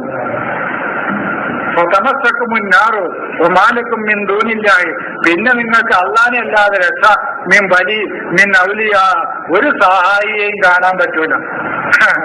പിന്നെ നിങ്ങൾ പരക്കം പറഞ്ഞിട്ട് ഒരു കാര്യമല്ല. പിന്നെ നിങ്ങൾക്ക് സഹായം അല്ലാഹു തന്നെ ഉള്ളൂ. പിന്നെ നിങ്ങൾക്ക് കിട്ടണമെങ്കിൽ നീതി തന്നെ നടപ്പിലാക്കണം, പിന്നെ സഹായം കിട്ടണമെങ്കിൽ. അതാണ് അള്ളയുള്ളൂ എന്ന് പറഞ്ഞാല്. പിന്നെ നന്മ നടപ്പിലാക്കണം, പിന്നെ അവിടെ ധർമ്മം സ്ഥാപിക്കപ്പെടണം, പിന്നെ അവിടെ ന്യായം സ്ഥാപിക്കപ്പെടണം, പിന്നീട് അവിടെ ക്രമം സ്ഥാപിക്കപ്പെടണം, പിന്നീട് അവിടെ സമാധാനം സ്ഥാപിക്കപ്പെടണം. അല്ലാതെ നിങ്ങളെ സഹായിക്കാൻ ഒരാളും ഉണ്ടാവില്ല. അള്ള സഹായത്തിന് വരിക എന്ന് പറഞ്ഞാൽ അതാണ്. അല്ലാതെ അള്ളാഹു എവിടെ ഞാനുണ്ട് ഇവിടെ എന്ന് പറഞ്ഞിട്ട് അതല്ല. പിന്നെ നിങ്ങൾ അല്ലാഹുവിനല്ലാതെ നിങ്ങൾക്കൊരു സഹായിയെയും കണ്ടെത്താൻ കഴിയില്ല എന്ന് പറഞ്ഞാൽ പിന്നീട് ആ രാജ്യത്ത് നിങ്ങൾക്ക് സഹായം കിട്ടണമെങ്കിൽ അള്ളാഹുവിന്റെ വ്യവസ്ഥിതി, അവന്റെ മാർഗനിർദ്ദേശങ്ങൾ, അവന്റെ ദീൻ നടപ്പിലാക്കിയേ മതിയാവൂ. അല്ലാതെ പിന്നെ സഹായിയെ നിങ്ങൾക്ക് കാണാൻ കിട്ടൂല. അള്ളാഹു അല്ലാതെ ഒരു സഹായിയെ കിട്ടൂല എന്ന് പറഞ്ഞാൽ അതാ. പിന്നെ നിങ്ങൾക്ക് നീതി നടപ്പിലാക്കാതെ ആ രാജ്യത്തുനിന്ന് പിന്നെ നിങ്ങൾ സഹായം പ്രതീക്ഷിക്കണ്ട. പിന്നീട് ആ രാജ്യത്ത് കരുണ നടപ്പിലാക്കാതെ, നീതി നടപ്പിലാക്കാതെ, സത്യം നടപ്പിലാക്കാതെ, ധർമ്മം നടപ്പിലാക്കാതെ, ക്രമം നടപ്പിലാക്കാതെ, സമാധാനം നടപ്പിലാക്കാതെ, സാമ്പത്തികമായ നരകമാണെങ്കിൽ ആ സാമ്പത്തികമായ സന്തുലിതാവസ്ഥ കൊണ്ടുവരാതെ നിങ്ങൾക്ക് ആ ഭൂമിയിൽ, ആ രാജ്യത്ത് പിന്നെ അള്ളാഹു അല്ലാതെ ഒരു സഹായിയെ നിങ്ങൾക്ക് കണ്ടെത്താൻ കഴിയില്ല. ഇതാണ് പറഞ്ഞത്. അള്ളാഹു അല്ലാതെ സഹായിയെ കിട്ടൂല പറഞ്ഞ അള്ളാഹു ഇറങ്ങി വന്നിട്ട് ഞാൻ എനിക്ക് വല്ല സഹായം ചെയ്തു തരണോന്ന് ചോദിക്കുന്നല്ല. അങ്ങനെയാണെങ്കിൽ ഖിയാമത്ത് വരെ അള്ള വന്ന് കൈ പിടിക്കും നിങ്ങൾ വിചാരിക്കണ്ട. കിണറ്റിലാണ് വീണ കയറാനിടുക, ഇങ്ങോട്ട് ഫയർഫോഴ്സൊക്കെ വന്ന് വലിച്ചാണ് കഴിക്കുക. അതന്നെയാണ് അള്ളാഹുവിന്റെ സഹായം അല്ലാതെ വേറൊരു സഹായം അവിടെ ഇല്ലാന്ന് പറഞ്ഞ. നേരെ മറിച്ച് 60 കൊല്ലം വയസ്സെങ്കിൽ ആ കിണറ്റിന്റെ ഉള്ളിൽ നിന്ന് നിലവിളിച്ചാല് അവിടുന്ന് കയറൂല. ഒരു 5-6 ദിവസം കഴിയുമ്പോ ബോധം കെട്ട് പോകണം. അവസാനം ഒരു 10 ദിവസം കഴിഞ്ഞാൽ ആളുണ്ടാവില്ല. വേറെ നിലവിലിപ്പോ ജിന്ന് സഹായിക്കുമെന്ന് തർക്കം. ഞമ്മക്കത് പ്രശ്നം തന്നെയല്ല. പുഴയിൽ വീണ ജിന്ന് സഹായിക്കൂല. ഞാൻ പറഞ്ഞ അല്ലെന്നെ സഹായിക്കൂല. എന്നിട്ടല്ലേ ഞമ്മക്കതൊരു തർക്കം തന്നെയല്ല. ഞമ്മക്കതെന്താണെന്ന് അവന് വെള്ളത്തിലാണ് വീണ, അതിന് രക്ഷപ്പെടുത്താനുള്ള വഴികൾ എന്താണ്? അതാണ് അള്ളാന്റെ സഹായം. അതിനുള്ള മാർഗങ്ങൾ എന്തൊക്കെയാണ് അള്ളാഹുവിടെ നിശ്ചയിച്ചിട്ടുണ്ട്. ആ മാർഗത്തിലൂടെ മൂപ്പരെ കരയത്തേക്ക് പിടിച്ച് കയറ്റിയ ആളെ ജീവനോടെ കിട്ടും. അല്ലെങ്കിൽ ഒരു 10-15 മിനിറ്റ് കഴിഞ്ഞാൽ നമുക്ക് ബോഡി കഴിക്കാം.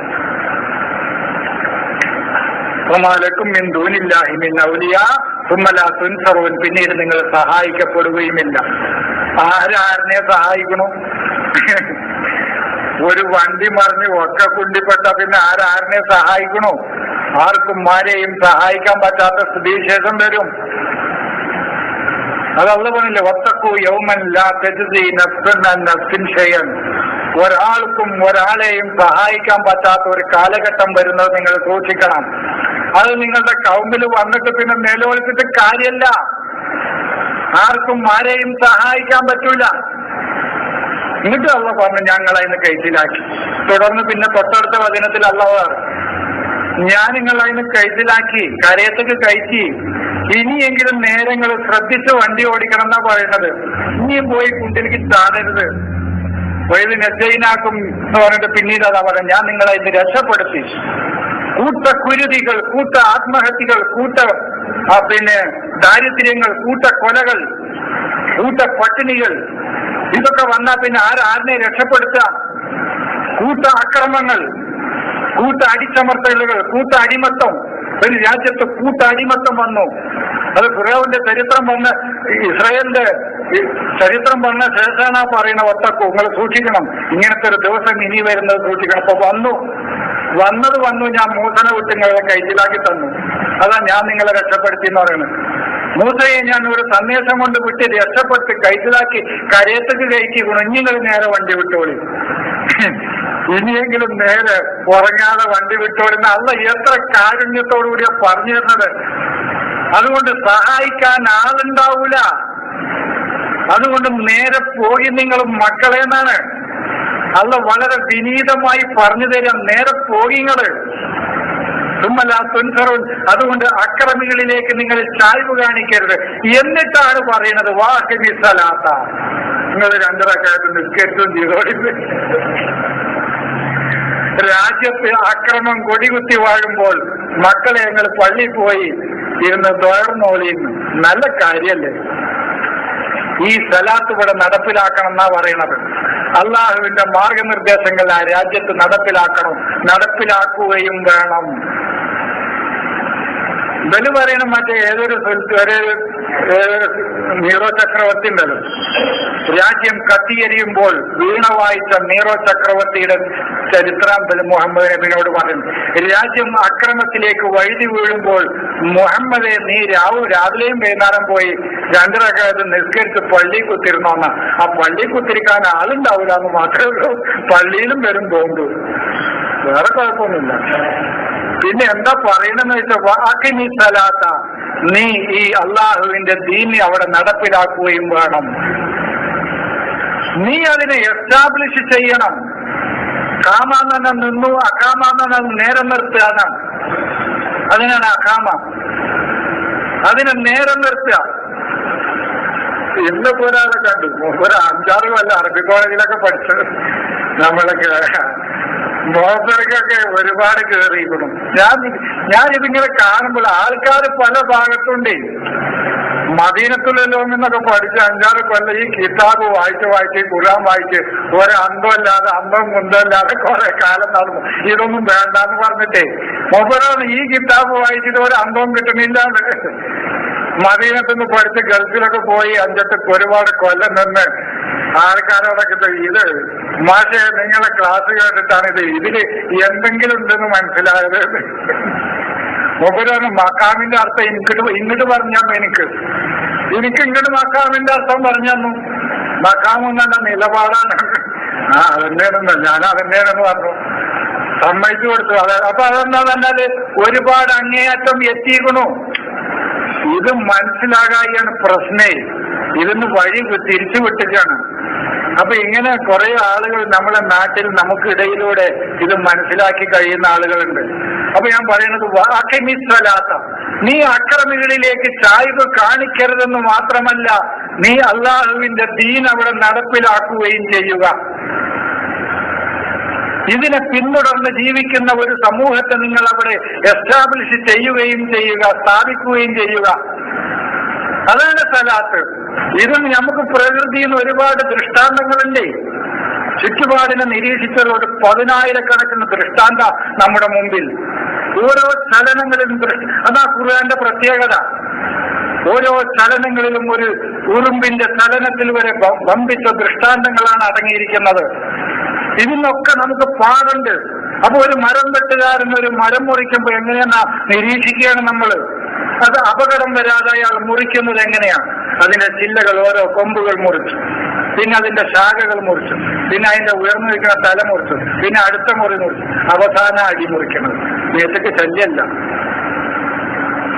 ആളുകൾക്ക് ബോധ്യപ്പെടുക, തിരിച്ചറിയാം. ഈ ബോധ്യം ഈ ബോധ്യപ്പെടലില്ലാതെ വന്നാൽ അപകടമാണ് അത് സംഗതി. ഇതാണ്. ഇത് നിങ്ങൾ തിരിച്ചറിഞ്ഞിട്ട് വേണം ആൾക്കാരെ തലയിൽ വെയിറ്റ് കയറ്റി വെക്കാൻ. ഇയാൾ എത്ര കിലോ ഏറ്റെടുക്കാൻ കപ്പാസിറ്റി ഉണ്ട് നോക്കുക. ഓന് ഹദീസിന്റെ പൊള്ളത്തരം പറയാനേ ആവശ്യമുള്ളൂ എങ്കിലും മൂപ്പരോട് അത് പറഞ്ഞു കൊടുക്കാം. ഈ ഹദീസിൽ ഈ കുറെ പൊള്ളത്തരം സംഗതികളൊക്കെ ഉണ്ട്. ഇതൊന്നും ശരിയല്ലല്ലോ. ആയിഷാ ബീവിനൊക്കെ 6ാമത്തെ വയസ്സിൽ കിട്ടാന്നൊക്കെ പറഞ്ഞാൽ ഭയങ്കര മോശം. ശരി, അതൊന്നും ഉണ്ടാകും. 9 വയസ്സ് വരെ മാത്രമേ ഇങ്ങനെ പറഞ്ഞിട്ട് ഇങ്ങനെ മെല്ലെ മെല്ലെ കൊണ്ടുവരിക. അതേ പറ്റുള്ളൂ. ഓനോട് ആദ്യം തന്നെ ഈ ഖുർആനൊന്നും തലയിൽ കയറ്റി വെക്കരുത്. എന്നാൽ ചിലപ്പോൾ നമുക്ക് വിപരീതക്കാരുണ്ട്. അതാണ്. എന്താണ് നീ തൊറഫയിന്നാരി, പകലിന്റെ 2 ഭാഗങ്ങളിലും ദുലഫമ്മിനല്ലയില്, രാത്രിയിൽ നിന്ന് പകലിനോടടുത്ത സമയങ്ങളിലും. ഇത് 2 അർത്ഥത്തിലുണ്ട്. 2 അർത്ഥത്തിൽ എന്ന് പറഞ്ഞാൽ സമൂഹത്തിൽ ഇരുട്ട് അടുത്തുകൊണ്ടിരിക്കുമ്പോഴും സമൂഹം വളരെ വെളിച്ചത്തിലൂടെ നടക്കുമ്പോഴായാലും ഈ 2 ഘട്ടത്തിലായാലുമല്ല, ഒരു ആലങ്കാരികമായ സാഹിത്യാർത്ഥത്തിലെടുത്താൽ അങ്ങനെയുണ്ട്. അതല്ല പകലും രാത്രി എന്നുള്ള ഈ അർത്ഥത്തിലെടുത്താലും ഒരു മനുഷ്യന്റെ ശരാശരി അധ്വാന സമയമാണത്. പകലിന്റെ 2 ഭാഗങ്ങൾ, തൊറഫ് എന്ന് പറഞ്ഞ ഭാഗം എന്നാണ്. ഈ തൊറഫമ്മിനല്ലതീന കഫറോന്ന് ഖുർആൻ പറഞ്ഞു. നിഷേധികളായ ആളുകളുടെ ഒരു ഭാഗം മുറിച്ചു കളയാൻ. ഒരു ഭാഗം പറഞ്ഞാൽ തലയുടെ മോദനം മുറിച്ചു കളയാൻ. ഇവരങ്ങനെ കണ്ടിരിക്കുന്നത്. അവന്റെ സ്വഭാവമാണത്. അവനിൽ രണ്ട് വശമുണ്ട്, പൈശാചികതയുണ്ട്, ദൈവികതയുണ്ട്. അവന്റെ പൈശാചികത അങ്ങോട്ട് തടഞ്ഞു നിർത്തുക എന്നാണ് കഥ, അല്ലാതെ മുറിച്ചു കളയാന്നല്ല. ഇതിൽ കൈ മുറിക്കുക എന്ന് പറയുമ്പോ മുറിച്ചാണ് കള. അവന്റെ കക്കാനുള്ള പ്രേരകമായ ശക്തികൾ എന്തൊക്കെയുണ്ടോ അതിനെ തടയിടുക, അതാണ് കത്ത്. അതാണ് തടയിടുക, അതിനെ വിച്ഛേദിക്കാം. അതുമായി അധികാരമാണ് അവന്റെ പ്രശ്നമെങ്കിൽ അധികാരവും അവനെ മാറ്റി നിർത്തുക. ഇതാണ് പ്രശ്നമെങ്കിൽ. പട്ടിണിയാണ് പ്രശ്നമെങ്കിൽ പട്ടിണി മാറ്റുക. ഇതാണ് എന്താണോ അവനെ ഇതിന് പ്രേരിപ്പിക്കുന്ന ഈ കോൺസ്പിറസി. അതാണ് സാരിക്കുന്ന കക്കല് മാത്രമല്ല, കോൺസ്പിറസിയാണ്. അതായത് ദൈവത്തിന്റെ വ്യവസ്ഥിതിക്കെതിരെയുള്ള ഗൂഢാലോചനയും അതിന്റെ പ്രവർത്തനങ്ങളുമാണ് ശരിക്കും സാരിക്ക്. ദിനയ്ക്ക് ഏകദേശം അതൊക്കെ തന്നെയാണ്. പിന്നെ പറയാം, ഇപ്പൊ കക്കല് തന്നെ മനസ്സിലാക്കിയാൽ മതി. എന്തായാലും അതിന്റെ തടയിടുക എന്നുള്ളതാണ് അതിന്റെ അർത്ഥം. എന്ന പോലെ പൈശാചികതയുടെ ഒരു ഭാഗം, അതാണ് നിഷേധത്തിന്റെ ഒരു ഭാഗം, അതിന്റെ തിന്മയുടെ അവന്റെ ആ ഭാഗത്തെ, അതാണ് തുറക്ക് ഭാഗം, അറ്റന്നല്ല.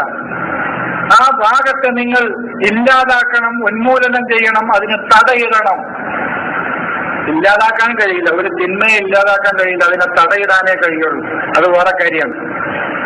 അപ്പൊ ഈ അർത്ഥത്തിന്, അപ്പൊ പകല് എന്നുള്ള അർത്ഥത്തിലെടുത്താലും പകലിന്റെ രണ്ട് ഭാഗവും രാത്രിയിൽ നിന്ന് പകലിനോടടുത്ത സമയവും എന്ന ഒരു മനുഷ്യന്റെ ശരാശരി അധ്വാന സമയം അതിൽ പെട്ടു. ഒരു മനുഷ്യന്റെ ശരാശരി അധ്വാന സമയം എടുത്തുകൊണ്ട് ആ സമയം ഈ അക്രമവും അനീതിയും രാജ്യത്ത് വ്യാപിച്ചിരിക്കുന്ന ഈ അക്രമത്തെ നീ ഇല്ലാതാക്ക ആ സമയം എടുത്തുകൊണ്ട് അള്ളാഹുവിന്റെ ദീനിനെ നീ നടപ്പിലാക്കാനുള്ള ശ്രമം നടത്തണം. അതാണ് വാഹിനി സലാത്ത ഇതാണ് ഞാൻ ആയത്തിനെ നിങ്ങൾ മുറിച്ചു പറയരുത്. ആയത്ത് മുറിച്ചു പറഞ്ഞാൽ മനസ്സിലാവില്ല. അതുകൊണ്ടാണ് 111 മുതൽ ഞാൻ ഇങ്ങോട്ട് പറഞ്ഞത്. ഇനി 110 ഇന്നൽ ഹസനാത്തി എന്നിട്ട് പറയാണ്. കാരണം നിങ്ങൾ ചെയ്യുന്ന നന്മകൾ, നിങ്ങൾ ചെയ്യുന്ന പ്രാർത്ഥനകളല്ല, നിങ്ങൾ ഈ സമൂഹത്തിൽ നിന്ന് തിന്മ തടയാനുള്ള നിങ്ങളുടെ നല്ല പ്രവർത്തനങ്ങൾ യുദിഹിബിന ഇല്ലാതാക്കും, പോക്കിക്കളയും. റഹബാനെ പോയി അദ്ദേഹബാനെ പോക്കി ഇല്ലാതാക്കുക, ഇവിടുന്നാണ് പറഞ്ഞേക്കുക. അത് സമൂഹത്തിൽ നിന്ന് തിന്മകളെ ഇല്ലാതാക്കും, നാട് കടത്തും. പൊയ്ക്കോളാൻ പറയും, തിന്മ ഇവിടെ വേണ്ട, നന്മ മതി ഇവിടെയാണ്. അപ്പൊ നിങ്ങൾ സമൂഹത്തിൽ ചെയ്യുന്ന നന്മകൾ ആ സമൂഹത്തിലെ തിന്മകളെ, ചീത്ത കാര്യങ്ങളെ ഇല്ലാതാക്കും. അതിനാണ് ഈ സലാത്ത് നടപ്പിലാക്കാൻ പറയുന്നത്. നീതി നടപ്പിലാക്കുക, നന്മ നടപ്പിലാക്കുക, ക്രമം നടപ്പിലാക്കുക, ധർമ്മം നടപ്പിലാക്കുക, ക്രൂരന്മാരായ ആളുകളിൽ നിന്ന് അത് എടുത്തു കളഞ്ഞ് അവനിൽ കരുണയുണ്ടാക്കി തീർക്കുക, അതിനു വേണ്ട പദ്ധതികൾ ആസൂത്രണം ചെയ്യുക. ഇങ്ങനെ അള്ളാഹുവിന്റെ മാർഗനിർദ്ദേശങ്ങൾ ഓരോന്നും അവിടെ നടപ്പിലാക്കുമ്പോൾ ആ സമൂഹത്തിലെ ചീത്ത പ്രവർത്തനങ്ങളെ ഇല്ലാതാക്കി കളയും. അത് ചിന്തിക്കുന്ന ആളുകൾക്കുള്ള ഒരു അനുസ്മരണമാണത്. വേണമെങ്കിൽ ചിന്തിച്ചോളി, വേണമെങ്കിൽ നിങ്ങൾ ചിന്തിച്ചു കൊള്ളുക, അവർക്കുള്ള അനുസ്മരണമാണ്. വസ്ബിർ, നീ ക്ഷമ കൈക്കൊള്ളുകയും ചെയ്യുക. ഈ സലാത്തും സബറും പല സ്ഥലങ്ങളിലും ഒരുമിച്ച് നിൽക്കുന്നുണ്ട്. സലാത്തും സബറും, സലാത്ത് നടപ്പിലാക്കണമെങ്കിൽ സബർ കൂടെ വേണമെന്നാണ്. അതൊരു സംഗതി ശരിയാണ്. ഞാൻ വിചാരിച്ചു എന്താ ചെയ്യാറില്ല. പല സന്ദർഭങ്ങളിൽ ഞാൻ ഖുർആൻ പരിശോധിച്ച് നോക്കുമ്പോണ്ട് സലാത്തിന്റെ കൂടെ സബർ, വസ്തഈനു ബിസ്സബ്രി വസ്സലാത്ത്, ഇന്നല്ലാഹ മഅ സ്വാബിരീൻ. സലാത്തും സബറും പറഞ്ഞിട്ട് ഇന്നല്ലാഹ മഅൽ മുസല്ലീൻ എന്നല്ലല്ലോ അള്ളാഹ് പറഞ്ഞത്, ഇന്നല്ലാഹ മഅ സ്വാബിരീൻ എന്നാണല്ലോ പറഞ്ഞത്. എന്താ അല്ല, അപ്പൊ ഈ സലാത്തിന് സബറിനേക്കാളും കൂടുതൽ, സബറിനാണോ സലാത്തിനേക്കാളും കൂടുതൽ സ്ഥാനം എന്നിങ്ങനെ അപ്പോഴൊക്കെ എനിക്കിങ്ങനെ തോന്നുന്നു. സബറും വേണം കേട്ടോന്ന്, ഇവിടെ സലാത്ത് നടപ്പിലാക്കും വേണം, സബറും വേണം കേട്ടോന്ന്. ഒരു മനുഷ്യന്റെ സഹനവും ക്ഷമയും നഷ്ടപ്പെട്ടാൽ അവനിൽ പിന്നെ പിശാച കുടിയിരിക്കുക. അത് മനസ്സിലാക്കി നിങ്ങൾ. അതാണല്ലോ ദേഷ്യം വരുമ്പോൾ ഒരു തീരുമാനമെടുക്കരുതെന്ന് പറയുന്നത്. അത് നീതിപൂർവമാവുകയില്ല. അത് ഭയങ്കര കാര്യം. അത് ഞാൻ 2:45 വിശദീകരിച്ചിട്ട് ഒരു ക്ലിപ്പ് ഇട്ടിട്ടുണ്ട്, അത് കേട്ടാൽ മതി. ക്ഷമയില്ലാത്ത ഒരു മനുഷ്യനിൽ നിന്ന് നീതി പ്രതീക്ഷിക്കണ്ട, ക്ഷമയില്ലാത്ത മനുഷ്യനിൽ നിന്ന് നന്മ പ്രതീക്ഷിക്കണ്ട. ക്ഷമയിൽ മനസ്സിന്റെ ബാലൻസ്ഡാണ് ദൈവികത. അത് ഞാൻ സൂചിപ്പിച്ചു. മനസ്സ് എപ്പോഴും ബാലൻസ് ആയിട്ട് നിൽക്കുന്ന, അവൻ ഒന്നിനോടും അക്ഷമനാവുകയില്ല. ഒരു മനുഷ്യൻ എപ്പോൾ അക്ഷമനാവുന്നുവോ അവൻ തിന്മയുടെ വക്താവാണെന്നർത്ഥം. അവനിൽ നിന്ന് നന്മ പോയി, അവനിൽ നിന്ന് നന്മ പോയി. ക്ഷമ എപ്പോഴും, അതാണ് കോപം വരുന്ന, ദേഷ്യപ്പെടുന്ന ഒരു മനുഷ്യൻ ഒരു വിധി പറയരുത് എന്നാണ് മഹാന്മാരായ ആളുകളൊക്കെ പറഞ്ഞത്. കാരണം അവരിൽ നിന്ന് നീതിപൂർവമായ ഒരു വിധി പ്രതീക്ഷിക്കണ്ട. മനസ്സ് ചഞ്ചലപ്പെട്ട് അക്ഷമമായിരിക്കുന്ന സന്ദർഭത്തിൽ ആ മനസ്സിന്റെ ഉടമയെ നയിക്കുന്നത് പിശാചാണ്. അത് പിശാച് കുടിയിരിക്കുന്ന മനസ്സിന്റെ ഉടമയാണവർ. അതുകൊണ്ട് തന്നെ അവൻ പിന്നീട് സലാത്ത് നടപ്പിലാക്കാൻ ഇറങ്ങിയിട്ട് കാര്യമില്ല. കാരണം ആ സമൂഹം പ്രതീക്ഷിക്കുന്ന സലാത്ത്, നന്മ, നീതി, സത്യം ആ വ്യക്തിയിൽ നിന്ന് ആ സമൂഹത്തിന് കിട്ടുകയില്ല. അതുകൊണ്ട് തന്നെ ക്ഷമയും സലാത്തും കൂടപ്പിറപ്പുകളാണ് ഖുർആനിലെ പല ആയത്തുകളിലും. അതാണ് ഈ സലാത്ത് പറഞ്ഞ ശേഷം ഉടനെ വസ്ബിർ. അത് മറ്റൊരു കാര്യം കൂടിയുണ്ട്, നടപ്പിലാക്കിയ ഉടനെ റിസൾട്ട് കിട്ടാനും വിചാരിക്കേണ്ടതാണ്, കുറച്ച് വെയിറ്റ് ചെയ്യണം. അങ്ങനെ ഒരു അർത്ഥമുണ്ട്. രണ്ടർത്ഥം പറഞ്ഞ പണ്ഡിതന്മാരുണ്ട്. ഈ സലാത്ത് നടപ്പിലാക്കി അപ്പൊ തന്നെ അതിന്റെ റിസൾട്ടിന് നിങ്ങൾക്ക് കാത്തിക്കണ്ട. ചക്കക്കുരു കുഴിച്ചിട്ട ഉടനെ ചക്കടാൻ പോയിട്ട് കാര്യമല്ല, അതിന് നീ വെയിറ്റ് ചെയ്യണം. അതാണ് അത്.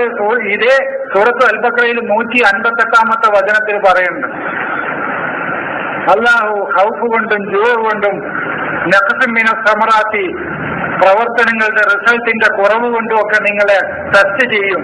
അതൊരു അവസരമായിട്ട് നിങ്ങൾ എടുക്കണം എന്ന് പറഞ്ഞിട്ട് അള്ളാഹു ക്ഷമാലുക്കളുടെ കൂടെയാണെന്ന് പറഞ്ഞിട്ടാണ് ആയത്ത് അവസാനിപ്പിക്കുന്നത്.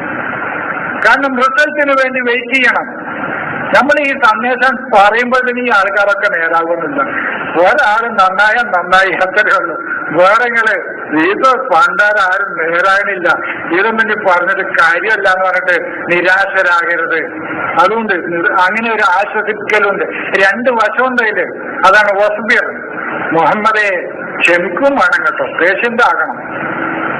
ഇതിന്റെ റിസൾട്ടിന് ഇപ്പൊ തന്നെ നടക്കരുത്. അത് ചില ആളുകളുണ്ട്, ഇപ്പൊ തന്നെ ഇന്നെ കിട്ടണം അതിന്റെ റിസൾട്ട്, അന്നെ കിട്ടുകയൊക്കെ ചെയ്യും, പക്ഷെ അത് ലോങ്ങിലേക്ക് നിൽക്കൂലെന്ന് മാത്രം. ഓരോന്നിനും അതിന്റെ കാലയളവ് എടുക്കും. അതിന്റെ അള്ളാഹുവിന്റെ സുന്നത്ത് അങ്ങനെയാണ്. ഓരോന്നിനും അതിന്റെ കാലയളവ് വെയിറ്റ് ചെയ്യുന്ന വേണം, അല്ലാതെ റിസൾട്ട് കിട്ടൂല. അങ്ങനെ കിട്ടുകയാണെങ്കിൽ ഈ ഭൂമിയിൽ എന്തൊക്കെ കിട്ടണം? കിട്ടൂലേ? ചില ആൾക്കാർ അങ്ങനെ തരുന്ന അള്ളാഹു ഇല്ലാന്ന് ഞാൻ പറഞ്ഞില്ലേ, അവരോട് പല ക്ലാസ്സിലും പറഞ്ഞിട്ടുണ്ട്. അങ്ങനെ ചോദിക്കുമ്പോഴത്തേനും കൊടുന്നേരുന്ന അള്ളല്ല. ഒരു തെങ്ങുമെന്ന് ഒരു ഇളനീര് ഇടണമെങ്കിൽ അതൊരു തെങ്ങ് വെച്ച് അതിന് വളം ചെയ്ത് അതിന്റെ പിന്നാലെ കുറച്ച് കൊല്ലങ്ങൾ നടക്കുന്ന വേണം. ചിലരൊക്കെ വന്നിട്ട് ഇപ്പൊ ഒരു കൊല്ലം കൊണ്ട് ഇടാ, നാളെ നിങ്ങൾക്ക് ഇളനീര് കിട്ടുന്നതൊക്കെ പറയും, പക്ഷെ കിട്ടൂല. കിട്ടിയാൽ തന്നെ അത് അധിക കാലമൊന്നും നിലനിൽക്കൂല. പല കാര്യമുണ്ട്.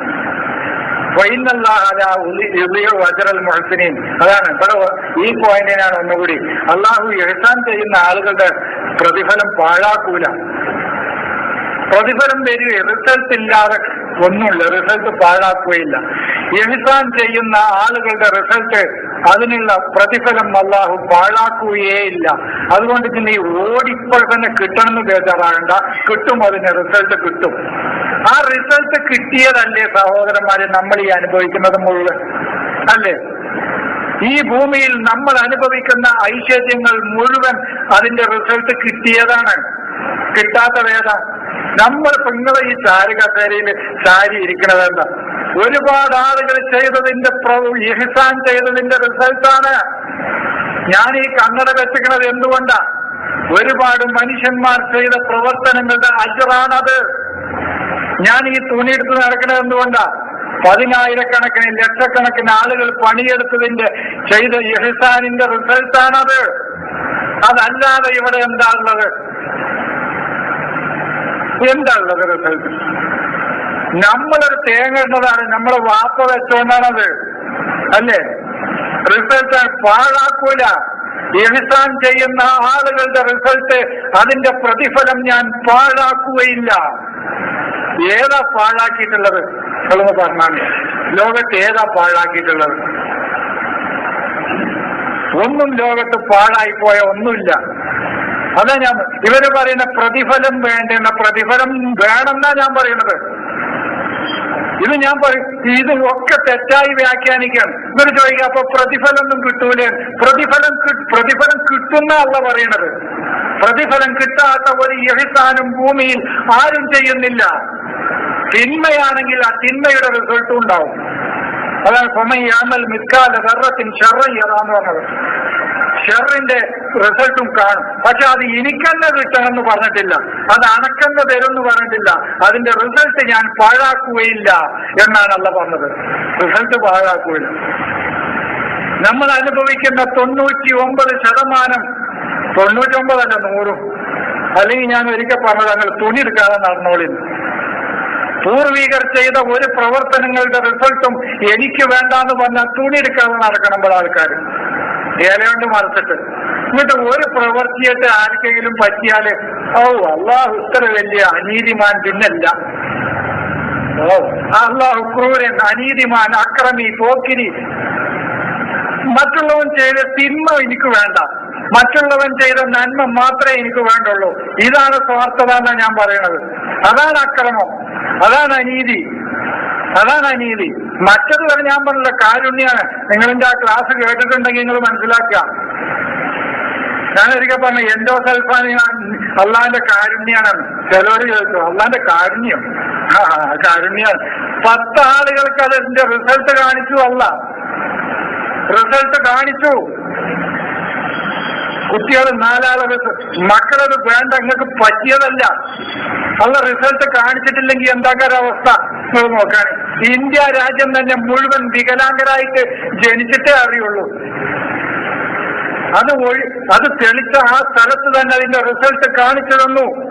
മനുഷ്യ നിനക്ക് വേണ്ടാതെ ഒഴിവാക്കിക്കോ. അതിന്റെ റിസൾട്ട് വർഷങ്ങളോളം കാണിക്കാതെ നിന്നിരുന്നുവെങ്കിൽ എന്തായിരിക്കും അവസ്ഥ? നമ്മൾക്കുന്നുണ്ടോ? നമ്മളെ കുട്ടിയുടെ ആരോഗ്യത്തിലുണ്ടാവുമോ? ദൈവത്തിന്റെ മഹത്തായ കാരുണ്യാണെന്ന് ഞാൻ മനസ്സിലാക്കിക്കണം. ഇതിനും വലിയ അള്ളാന്റെ കാരുണ്യം വേറല്ല.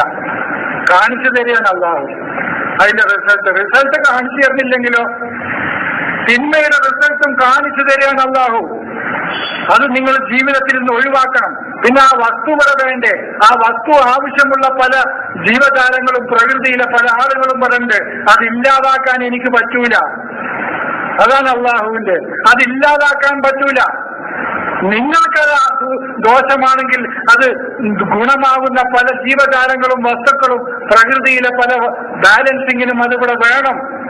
പക്ഷേ അത് നിങ്ങൾ ഉപയോഗിക്കുമ്പോൾ നിങ്ങൾക്ക് തിന്മയാകാതിരിക്കാൻ നിങ്ങൾ സൂക്ഷിക്കണം. അതിന് ഞാൻ നിങ്ങൾക്ക് അതിന്റെ ദൃഷ്ടാന്തങ്ങൾ നിങ്ങളുടെ മുന്നിൽ കാണിച്ചു തരികയാണ്. എന്താ അള്ളാഹു? അത് പോട്ടെ, അള്ളാഹു നിങ്ങളുടെ ഇഹ്സാൻ, നിങ്ങൾ ചെയ്യുന്ന നന്മകളുടെ റിസൾട്ട് അള്ളാഹു പാഴാക്കി കളയുകയില്ല. അതുകൊണ്ട് ബേജാറാകേണ്ട. ക്ഷമിക്കുന്നീ, സലാത്ത് നടപ്പിലാക്കി ക്ഷമിക്കുന്നീ. നാട്ടിൽ നിന്ന് അക്രമം ഇല്ലാതാവും, നാട്ടിൽ നിന്ന് അനീതി ഇല്ലാതാവും, നാട്ടിൽ നിന്ന് സത്യം സ്ഥാപിക്കപ്പെടും. നാട്ടിൽ ഈ സാമ്പത്തികമായ അസന്തുലിതാവസ്ഥ ഇല്ലാതായി സാമ്പത്തികമായ നീതി നടപ്പിലാവുന്ന ഒരു സ്ഥിതിവിശേഷം വരും. പിന്നെ അതൊക്കെ വരികയല്ലേ എന്ന് ചിലവര്. വരൂല്ലെങ്കിൽ വേണ്ട. അങ്ങനെ എല്ലാരും വിചാരിച്ചാൽ ലോകം ഇരുട്ടില്ല. അതറിയോ? അങ്ങനെ വിചാരിക്കാതെ പണിയെടുത്തുകൊണ്ട് ലോകം ഇത്രയെങ്കിലും നമ്മളില് ലോകത്ത് കണ്ടുപിടിച്ച മനുഷ്യന്മാര് മുഴുവൻ, ഈ ഗുണങ്ങളും ഈ നന്മകളും കണ്ടുപിടിച്ച മനുഷ്യന്മാർ മുഴുവൻ അതൊന്നും നടക്കൂല മനെ എന്ന് പറഞ്ഞിട്ടാണെങ്കിൽ ഭൂമിയിൽ ഒന്നും ഉണ്ടാവില്ല. അതൊക്കെ നടപ്പിലാവും കെട്ടിലേന്ന് പറഞ്ഞുകൊണ്ടാണ് തെരയുണ്ടായത്. അത് എല്ലാ ആൾക്കാരും നടപ്പിലാവുമെന്ന് പറഞ്ഞിട്ടാണെങ്കിൽ ഈ ലോകം എവിടെയായിരിക്കും നിങ്ങളൊന്ന് ചിന്തിച്ചോക്കാൻ. ആകാശത്തേക്ക് അങ്ങനെയാണ് പോകാൻ പറ്റിയല്ലേ, പിന്നെ പോയി നോക്കട്ടെ എന്ന് പറഞ്ഞാൽ പോയി നോക്കി. അപ്പോഴാ കടലിന്റെ അടിയിലേക്ക് പിന്നെ അങ്ങനെ പോകാൻ ഒന്ന് പോയി നോക്കട്ടെ. ഞങ്ങള് സിലിണ്ടർ മുതുകത്ത് വെച്ചിട്ട് അത് പോയി നോക്കി.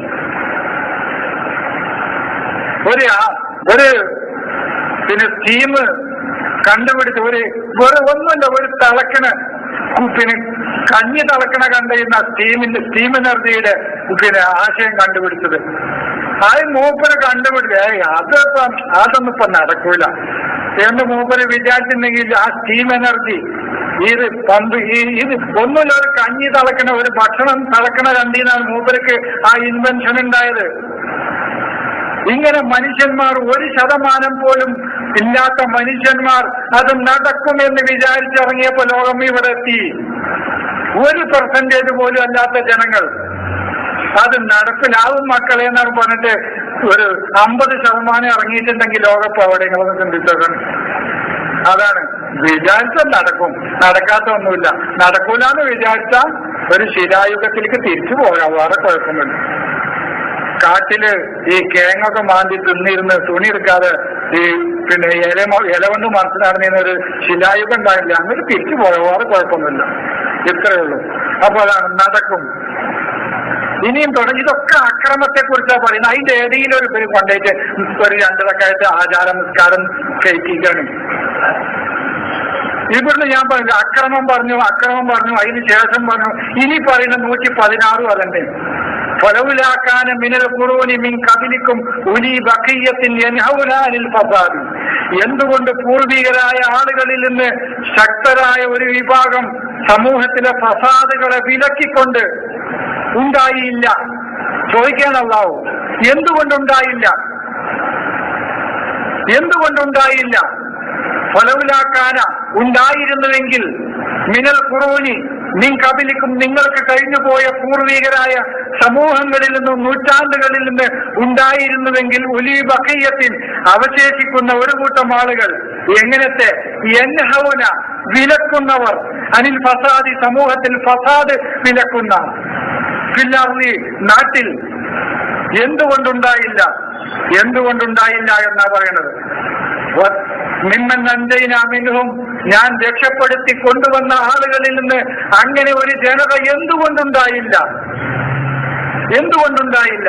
അള്ളാഹ് ചോദിക്കുകയാണ്. അതാണ്. അതുകൊണ്ട് അവരിൽ നിന്നുണ്ടായിട്ടില്ലെങ്കിൽ നിങ്ങളിൽ നിന്നെങ്കിലും ഉണ്ടാകണം എന്നാ പറയുന്നത്.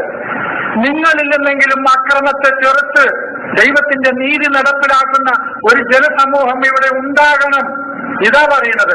അല്ലാതെ നിങ്ങൾ പള്ളി പോയി 2 റക്അത്ത് നിസ്കരിച്ചോളുന്നല്ല. അത് മനസ്സിലാക്കുന്നവർ അത് മനസ്സിലാക്കിക്കൊള്ളുക, തർക്കിക്കാനില്ല. വത്തബ അല്ലദീന ളലമു അവർ അക്രമത്തെ പിൻപറ്റി, വത്തബഉ അവർ പിന്തുടർന്നു. ആരെയാണ് അവർ പിന്തുടർന്നത്? സമൂഹത്തില്, അർളില്, നാട്ടിലെന്ന് പറഞ്ഞാൽ സമൂഹത്തിൽ ഫസാദിനെ വിലക്കുന്ന ഒരു ജനത അവരിൽ നിന്ന് ഉണ്ടായില്ലെന്ന് മാത്രമല്ല, വത്തബ അല്ലദീന ളലമു അക്രമികളായ ആളുകളുടെ പിന്നാലെ പോയി അവര്. മാ ഉത്രിഫൂ ഫീഹി അവർ അതിൽ അതിര് കവിഞ്ഞു. വകാനു മുജ്രിമീൻ അവർ അക്രമികളായി മാറുകയും ചെയ്തു. വകാനു അവർ ആയിത്തീർന്നു. മുജ്രിമീൻ അക്രമികളായി മാറി. അതുകൊണ്ട് ഇനി നിങ്ങളാകരുത്, മുന്നറിയിപ്പ. അതുകൊണ്ട് നിങ്ങളാകരുത്, നിങ്ങൾ അക്രമത്തിലേക്ക് ചായ്വ് കാണിക്കരുത്. നിങ്ങളുടെ പ്രവർത്തന സമയം മുഴുവൻ ഈ സലാത്ത് സ്ഥാപിക്കാൻ വേണ്ടി ആയിരിക്കണം നിങ്ങൾ വിനിയോഗിക്കേണ്ടത്. എന്തിനത് വിനിയോഗിക്കണമെന്ന് അള്ളാഹു പറയുന്നത്? നിങ്ങളിലെ തിന്മകളെ ഇല്ലാതാക്കാൻ വേണ്ടി, നന്മകൾ സ്ഥാപിക്കാൻ വേണ്ടിയിട്ട്. അങ്ങനെ നന്മ സ്ഥാപിതമാകുന്നില്ലല്ലോ എന്ന് പേടിച്ച് നിങ്ങൾ വിഷമിക്കണ്ട, ക്ഷമിച്ചിരിക്കുക. റിസൾട്ട് വരും. റിസൾട്ട് അള്ളാഹു പാഴാക്കുകയില്ല. വമാ കാന റബ്ബുക ലിയുഹ്ലികുൽ ഖുറാ ബിളുൽമിൻ വഅഹ്ലുഹാ മുസ്ലിഹൂൻ. പിന്നെയും പറയുന്നത് അതാണ് 117. പിന്നെ അതാ പറയുന്നത്, വമാ കാന റബ്ബുക നിന്റെ രക്ഷിതാവ് നശിപ്പിക്കുകയില്ല. നിന്റെ രക്ഷിതാവല്ല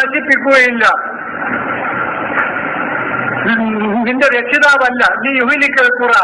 ഒരു നാഗരികതയും അല്ലാഹു നശിപ്പിക്കുകയില്ല, ഒരു ഗ്രാമത്തെയും നശിപ്പിക്കുകയില്ല എന്നല്ല, ഒരു സംസ്കാരം ഉൾക്കൊണ്ട, ഒരു നാഗരികത ഉൾക്കൊണ്ട ഒരു ജനതയെയും അല്ലാഹു ബിളുൽമിൻ അക്രമം കൊണ്ട് അവരെ നശിപ്പിക്കുകയില്ല. എപ്പോൾ വഅഹ്ലുഹാ ആ നാഗരികതയുടെ വക്താക്കൾ മുസ്ലിഹൂൻ അവിടെ നന്മ പ്രവർത്തിച്ചു കൊണ്ടിരിക്കുമ്പോൾ. എന്താ തത്വം? ഒരു നാഗരികതയുടെ വക്താക്കൾ, ആ നാഗരികതയെ പിന്തുടരുന്ന വ്യക്തികൾ ആ സമൂഹത്തിൽ നന്മ പ്രവർത്തിച്ചു കൊണ്ടിരിക്കുമ്പോൾ അവരുടെ നുൽമ് കാരണം, അക്രമം അവർ ചെയ്തു പോയി എന്നതിന്റെ പേരിൽ ആ പേര് എടുത്തുകൊണ്ട് അവരെ അല്ലാഹു ശിക്ഷിക്കുകയില്ല. അതുകൊണ്ട് നിങ്ങളുടെ ജനത അക്രമത്തിലേക്ക് പോയിട്ടുണ്ടെങ്കിൽ നിങ്ങൾ ഇസ്ലാഹ് പ്രവർത്തിക്കണം, അതിലേക്ക് ആ ജനതയെ തിരിച്ചു കൊണ്ടുവരണം. തിരിച്ചു കൊണ്ടുവന്നാൽ അതിന്റെ ദുരന്തം നിങ്ങൾ കേൾക്കേണ്ടി വരില്ല എന്ന ഒരു ആശ്വാസവും കൂടി തരികയാണ് അല്ലാഹു. ഇത്രയും ഇനി അതിനെക്കുറിച്ച് പറയാനുള്ളൂ. ഇനി അങ്ങനെ പറഞ്ഞു പോകുന്നത് ഈ അധ്യായത്തിന്റെ അവസാനം വരെ ഈ അക്രമവും അനീതിയും അത് അവസാനിപ്പിക്കേണ്ടതിനെ കുറിച്ചും അവിടെ നടപ്പിലാക്കേണ്ട അള്ളാഹുവിന്റെ ദീനിനെ കുറിച്ചുമാണ് പറയുന്നത്. ഇനി നിങ്ങൾക്ക് ഒഴിവുണ്ടെങ്കിൽ എന്തെങ്കിലും ചോദിച്ചാൽ പറയാം, അല്ലെങ്കിൽ ഇതോടുകൂടി നിർത്താം. അള്ളാഹു നമ്മെ അനുഗ്രഹിക്കട്ടെ.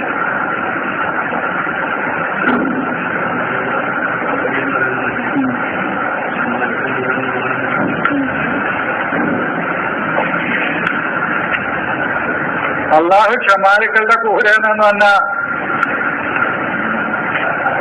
ക്ഷമ കൈക്കൊള്ളുമ്പോ അവരുടെ കൂടെയാണ് അള്ളാഹുവിന്റെ വ്യവസ്ഥിതി നിലകൊള്ളുള്ളൂ എന്നാണ് അർത്ഥം. അത് ഞാൻ പറഞ്ഞുപോയി. അതിന്റെ അർത്ഥം അല്ലെങ്കിൽ പോലും അതിന്റെ ആശയം ഞാൻ പറഞ്ഞുപോയി.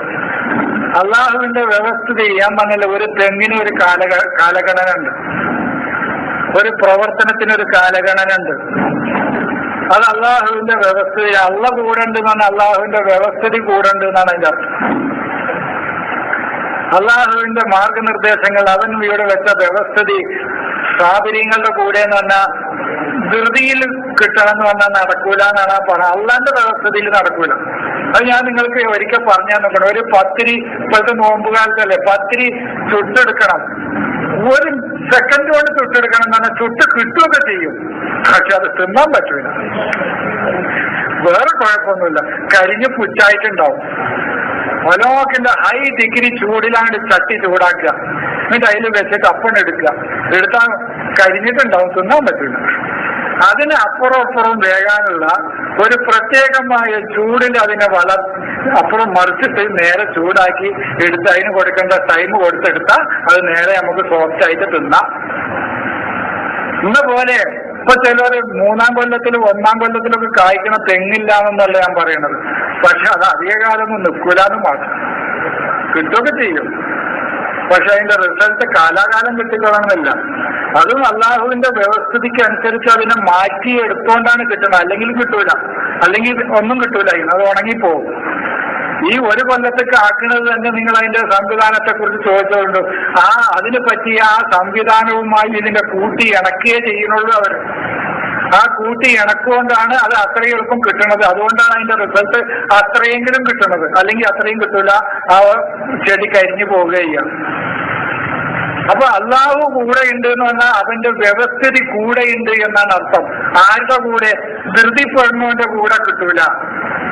അതിനു വേണ്ടി പേഷ്യന്റായി ക്ഷമാപൂർവം അതിന് ഓരോന്നിനും അള്ളാഹു വെച്ച വ്യവസ്ഥയ്ക്കനുസരിച്ച് അതിന്റെ കാലതാമസത്തിന് വെയിറ്റ് ചെയ്ത് അതിന്റെ റിസൾട്ട് പൂർണ്ണമായും കിട്ടാൻ കാത്തുനിന്നാൽ അവന്റെ കൂടെയാണ് അള്ളാഹു എന്നാണ് ആ പറഞ്ഞത്.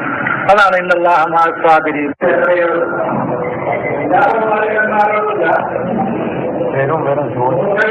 യൂത്തിന്റെയും ജനതയോട് രാത്രിയിൽ ഇറങ്ങിപ്പോകാൻ പറയുന്നുണ്ട്. എന്റെ സുഹൃത്ത് സഹോദരൻ ചോദിച്ചു, എല്ലാ പ്രവാചകന്മാരോടും രാത്രി ഇറങ്ങാൻ പോകണം. അങ്ങനെയല്ല, മൂസയുടെയും ലൂത്തിന്റെയും ജനതയോട് രാത്രി ഇറങ്ങിപ്പോകാൻ പറയുന്നുണ്ട്. എന്താ പകല് പോയിക്കൂടെ എന്നാ ചോദിച്ചു. എല്ലാരോടും രാത്രി ഇറങ്ങിപ്പോകാൻ പറയുന്നത് എന്താണ്? അത് ഇവരുടെ വ്യാഖ്യാനത്തിൽ നിന്ന് വന്ന ചോദ്യമാണ്, കുഴപ്പമില്ല. അത് ഞാനും സംശയിച്ചിട്ടുണ്ട്. എന്താ ഈ രാത്രി ഇറങ്ങിപ്പോകാൻ പാടില്ല? എന്താ ഈ അള്ള ഉറങ്ങുമ്പോ ശിക്ഷിക്കുന്നത്? ഒരു ചെമ്മാടിക്ക് വരെ ഓനൊന്ന് ഉറക്കത്തിന് നീച്ചോട്ടെ, ഇവിടെ നമുക്ക് ഓന്റെ പേരിൽ വിധി നടപ്പിലാക്കാന്നേ പറയുള്ളൂ. പക്ഷെ അള്ളാന്റെ ശിക്ഷ ഉറങ്ങുമ്പോഴാണ്. ഇപ്പൊ എന്താ അള്ള എത്ര ക്രൂരനായ ആളെന്ന് ഞാൻ ഇങ്ങനെ സംശയിച്ചിട്ടുണ്ട്. ഇതിന്റെ രണ്ടിന്റെ അർത്ഥം ഇവര് വികലമാക്കിയതാണ് പ്രശ്നം. ഒന്ന് അസിർ ഇബാദി കിതമിനൽ ലൈലി എന്നാണ് ലൂത്തിനോട് പറയുന്നത്. ഈ അസിർ എന്ന് പറഞ്ഞാൽ ഇസ്രാ എന്ന് പറഞ്ഞാൽ അറിവിലൂടെ യാത്രയാക്കുക എന്നാണ്. അറിവിലൂടെ നടത്തുക എന്നാണ് അതിന്റെ അർത്ഥം. അതാണ് ഇസ്രാൾ. അല്ലാതെ വെറുതെ ബസ് കയറ്റി വിടലല്ല ഇസ്രാൾ. ഇസ്രാൾ എന്ന് പറഞ്ഞാൽ അറിവില്ലായ്മയുടെ കാലഘട്ടത്തിൽ അറിവിലൂടെ യാത്രയാക്കുന്നതിനാണ് ഇസ്രാൾ എന്ന് പറയുന്നത്. ലൂത്തിനോട് പറഞ്ഞത്, ഇനി ഈ സമൂഹത്തിൽ ഇരുട്ട് അല്പം കൂടി ബാക്കിയുണ്ട്. അതാണ് ഇരുട്ട്. സിയാമ ഇലല്ലൈലി എന്ന് പറഞ്ഞല്ലോ, ആ ലൈല്. ഈ സമൂഹത്തിൽ ഇരുട്ട് കുറച്ചും കൂടി ബാക്കിയുണ്ട്. ആ ബാക്കിയുള്ള ഇരുട്ട് എന്ന് പറഞ്ഞാൽ അജ്ഞത ഒരു ഇരുട്ടാണ്, അറിവില്ലായ്മ ഇരുട്ടാണ്, അനീതി ഇരുട്ടാണ്, ചൂഷണം ഇരുട്ടാണ്, സാമ്പത്തിക അസമത്വങ്ങൾ ഇരുട്ടാണ്, സ്ത്രീ പീഡനങ്ങൾ ഇരുട്ടാണ്. ഇങ്ങനെ ഇരുട്ടുകൾ എന്തൊക്കെയുണ്ടോ ആ ഇരുട്ടിൽ നിന്ന് ഒരു കഷ്ണം കഥ എന്ന കഷ്ണം, ഒരു കിത്തവും കൂടി ഇനി ബാക്കിയുണ്ട്. അതുകൊണ്ട് ആ ഇരുട്ടും കൂടി അവസാനിപ്പിക്കാൻ എന്റെ ദാസന്മാരുമായി ആ അറിവിലൂടെ അവരെ നടത്തുക എന്നാണ് പറഞ്ഞത്. ആ അറിവിലൂടെ നടത്തുക. എന്നിട്ട് തുടർന്ന് പറയുന്നത്, അലൈസ സുബ്ഹു ബിഖരീബ്, നേരം വെളുക്കാനായിക്കണോ ജനങ്ങൾക്ക്, നാട്ടുകാർക്ക് നേരം വെളുക്കാനായിക്കണോന്ന്. സബഹ എന്ന സത്യവും അസത്യവും വേറെ, അതാണ് വസ്തുത. ആളുകൾക്ക് സബാഹ ആകാനായിക്കണോന്ന്, സത്യവും അസത്യവും തെളിഞ്ഞു കിട്ടാൻ ഇനി കുറച്ച് ഇരുട്ടും കൂടിയ ലൂത്തേ ബാക്കിയുള്ളൂ. അതുകൊണ്ട് എന്റെ ദാസന്മാരെ ആ അറിവില്ലായ്മയുടെ ആ ബാക്കിയുള്ള ഇരുട്ടിലൂടെ നീ യാത്ര നടത്തുക. അവരെ കൈ പിടിച്ചിട്ട് യാത്രയായി പോയിക്കോന്നാണ്. ഇവരെന്താ പറയുന്നത്, നാട്ടുകാരോട് കഴിച്ചിലായിക്കോ, ഈ ഭൂമി മറിച്ചിടാൻ പോവുകയാണ്. ഭൂമിയൊന്നും മറിച്ചിടുന്നില്ല അവിടെ, ഭൂമിയെന്നില്ല, വാക്കെന്നല്ല അവിടെ. എവിടെ നിന്ന് കിട്ടിയതെന്ന് എനിക്കറിയില്ല. സൂറത്ത് ഹൂദിലേക്ക് ഇനി അവിടെ ഇമ്രാത്തിനെയാണ് മറിച്ചിടുന്നത്. ഇമ്രാത്ത് എന്ന് പറഞ്ഞാൽ ആ ജനതയെയാണ് മറിച്ചിടുന്നത്. നിങ്ങൾ ആ ആയത്തിനെ നോക്കൂ. ആലിയഹ സാഫിലഹ എന്ന് പറയുന്ന ആയത്തിന്റെ ഒരു 10 ആയത്തിന്റെ അപ്പുറം ഓതി നോക്കി, ഭൂമിയിൽ നിന്ന് അവിടെ ഒരു ആയത്തിലുമില്ല. 10 ആയത്ത് അല്ലെങ്കിൽ 20 ആയത്ത് പോയിക്കോട്ടെ, അതിന്റെ ഇടയിൽ എവിടെയും ഭൂമിയില്ല. അതിന്റെ തൊട്ടടുത്ത വചനത്തിൽ ഇല്ലംറാത്ത് പോകുന്നുണ്ട്. അദ്ദേഹത്തിന്റെ ഇമ്രാത്ത് ഒഴികെ, അദ്ദേഹത്തിന്റെ സൊസൈറ്റി ഒഴികെ. ആ സൊസൈറ്റിയെയാണ് കീഴ്മേൽ മറിക്കുന്നത്. കീഴ്മേൽ മറിക്കുക എന്ന് പറഞ്ഞാൽ അവരിലെ ഉന്നതരായ ആളുകളെ താഴെത്തട്ടിലേക്ക് കൊണ്ടുവന്നു ഈ വ്യവസ്ഥിതി തള്ളിക്കളഞ്ഞപ്പോ. സുമ്മറദനാഹു അസ്ഫല സാഫിലിന്നില്ല, ആ സാഫിലാണത്. അതാണ് അവരിന്റെ ഔന്നിത്യം നടിച്ചിരുന്ന ആളുകളെ, ഞങ്ങളാണ് ഉന്നതർ എന്ന് പറഞ്ഞിരുന്ന ആളുകളെ ദൈവിക വ്യവസ്ഥിതി തള്ളിക്കളഞ്ഞതിന്റെ ഫലമായി ആ ജനതയെ താഴ്ത്തിക്കളഞ്ഞു. ഇവര് പറയുന്നത് പ്രകൃതി വിരുദ്ധ ലൈംഗികതയാണ്. അങ്ങനെയാണെങ്കിൽ ഞാൻ ചോദിച്ചു, എന്തിനാ ഈ അയാളെ ഭാര്യനെയും കൊല്ലുന്നത്? ആ കൗമിനെയാണ് നശിപ്പിക്കുന്നത്. കൗമെന്ന് അതിൽ പെണ്ണും പെടും. എന്തിനാ ഈ പാവങ്ങളെ അത് കൗമ വിഷയം അതല്ല, നമ്മള് പിന്നീട് ചർച്ച. ആ കൗമിനെന്തിനാ കൊല്ലണതെന്ന് ഭാര്യനെയും കൊല്ലുന്നുണ്ട്. അങ്ങനെയാണെങ്കിൽ പുരുഷന്മാരാണ് ആ പ്രകൃതി വിരുദ്ധ ലൈംഗികതക്ക് പോയിക്കണത്. അവരെ പിടിച്ച് നശിപ്പിച്ചാൽ പോരെ, ആ ജനതയെയാണ് നശിപ്പിക്കുന്നത്. നശിപ്പിക്കുക എന്ന് പറഞ്ഞാൽ ഞാൻ പറഞ്ഞു മനസ്സിലായി, ഓരോ കൊല്ലുക എന്നല്ല, സ്ഥാനം കൊണ്ട് ഇകഴ്ത്തുക എന്നാണ്. ഖുർആന്റെ ശിക്ഷയൊക്കെ സ്ഥാനം കൊണ്ട് ഇകഴ്ത്തലാണ്. അതാണ് ശിക്ഷ. അല്ല ഇന്നലെ വരെ എച്ചമായ ഒരാളെ നാളെ മാറ്റങ്ങൾ പ്യൂണിമണി എടുത്തോലെന്ന് പറഞ്ഞാല് ആ ആള് പിന്നെ രാജിവെച്ച് പോവുകയല്ലാതെ, അതാണ് ശിക്ഷ. പിന്നെ അവിടെ പ്യൂണിമണി എടുക്കാൻ ആ ആളെ കിട്ടൂല. അതാണ് ശിക്ഷ. ഇന്നലെ വരെ ഔന്നിത്യങ്ങളിൽ കഴിഞ്ഞിരുന്ന, ആര്യത്തിൽ കഴിഞ്ഞിരുന്ന, ഉന്നതമായ പ്രധാനമന്ത്രി, ഉന്നതമായ ഭരണകൂടങ്ങളിൽ കഴിഞ്ഞിരുന്ന, ഉന്നതമായ അധികാരത്തിൽ കഴിഞ്ഞിരുന്ന ആളുകൾ നാളെ തൂപ്പുകാരായിട്ട് നടക്കുക. അതന്നെ ശിക്ഷ. ഒന്നുമല്ലാത്ത അവസ്ഥയിൽ അവർ മാറുക, അവരുടെ പുരോഗതി മുഴുവൻ നശിച്ച് നാമാവശേഷമായി തീരുക. അതാണ് ശിക്ഷ. അത് ദൈവിക വിധിവിലക്കുകളെ ലംഘിക്കുമ്പോൾ ഉണ്ടാവുന്ന ശിക്ഷയാണത്. അല്ലാതെ തലകുത്തി മറിച്ചുള്ള പ്രകൃതി ദുരന്തങ്ങളോ ഒന്നും ദൈവിക ശിക്ഷയായിട്ട് ഖുർആൻ പറഞ്ഞിട്ടില്ല. എനിക്കറിയില്ല, ഞാൻ കണ്ടിട്ടില്ല. അതേ എനിക്ക് പറയാൻ പറ്റുള്ളൂ. കണ്ടവരുണ്ടെങ്കിൽ അടുക്ക്. ഇനി അതാണ് ഇസ്രായേൽ. പിന്നെ ഇനി പറയും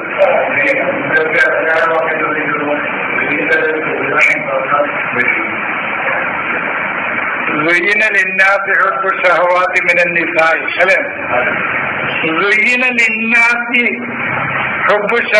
അതിനോട് തന്നെയാണ് പ്രിയം, അതിനോടുള്ള ഹുബ്ബാണ് ആ ജനങ്ങളെ. യൂത്തിന്റെ ജനതക്കുള്ള ഹുബ്ബ് അതാണ് അവരുടെ മഹബത്ത്, അല്ലാതെ ചെറുക്കന്മാരോടല്ല. എന്ത് പോട്ടത്! ഇപ്പൊ പെണ്ണുങ്ങൾക്ക് പെണ്ണുങ്ങളോടുണ്ട്. പോലെ നശിപ്പിച്ച ചരിത്രം എവിടെയില്ലല്ലോ. അതൊക്കെ നമ്മൾ ഈ പാതിരാവായതൊക്കെ ഞാൻ സോഷ്യൽ മീഡിയയിൽ കേട്ടു. എന്താ വായത്? ഇപ്പോഴത്തെ പ്രസംഗ വിഷയങ്ങളാണ് സ്വർഗീയ സുന്ദരികൾ. അതൊക്കെ കേട്ടാ പിന്നെ നീച്ചു പോവില്ല ആൾക്കാർക്ക്. എന്താ വായത്? ഇതൊക്കെ ഞമ്മക്ക് അനുകൂല നിലപാടുകളാണ് ആ കാണുന്നത്. ജനം വെറുക്കുകയാണ്. ഞമ്മക്ക് വഴി ഒരുക്കി തരികയാണ് പഠിത്തവൻ. ഈ വയലിന്റെ വിഷയമൊക്കെ നിങ്ങൾക്ക് അറിയാനിട്ടാണത്. ഇരുട്ട് കട്ടിയാക്കാണ്. ഇരുട്ട് കട്ടിയാവുമ്പോ ജനങ്ങൾക്ക് പുറത്തു വരാതിരിക്കാൻ പറ്റൂല. അതാണ്, ഇരുട്ട് കട്ടിയായാൽ നേരം വെറുക്കാതിരിക്കാൻ പറ്റൂല. ഇത് പ്രകൃതി നിയമമാണ്. അപ്പൊ എന്താ പറഞ്ഞത്? ദുർബലരായ ആളുകളെ തങ്ങളുടെ കീഴിൽ അടിച്ചമർത്തി വെക്കുക എന്നുള്ളത് മനുഷ്യ പ്രകൃതിയിൽ അവർക്ക് ഇഷ്ടപ്പെട്ട കാര്യമാണ്. അതാണ് അവർക്ക് ഇഷ്ടപ്പെട്ട കാര്യം. അവരുടെ ഇച്ഛകൾ, ആ ഇച്ഛകൾ ഏതാണ്? മിനന്നിസായി, ദുർബലരായ ആളുകളെ എന്നും തങ്ങളുടെ കാൽക്കീഴിൽ കൊണ്ടുവരണമെന്നുള്ളത്. ഞാൻ ചോദിച്ചു, ഈ നിസായിന് പെണ്ണാണെങ്കിൽ ദുയ്യിന ലിന്നാസീന് പെണ്ണുപെടൂലേ എന്ന് ചോദിച്ചു. മനുഷ്യരിൽ പെണ്ണുപെടൂലേ? മാത്രല്ല, പിന്നെ പറയുന്ന സാധനങ്ങൾ പെണ്ണുങ്ങൾക്കാ ഇഷ്ടം. കനാസീരിൽ കുന്നുകൂട്ടി വെച്ച സ്വർണവും വെള്ളിയും പ്രിയമാക്കപ്പെട്ടു. അപ്പൊ ഈ നിസായി എന്ന് പിന്നീട് നിസായിനെ മാറ്റി നിർത്തിയാൽ നിസായിനതൊന്നും ഇഷ്ടല്ല. നിസായിനാ ഇഷ്ടം.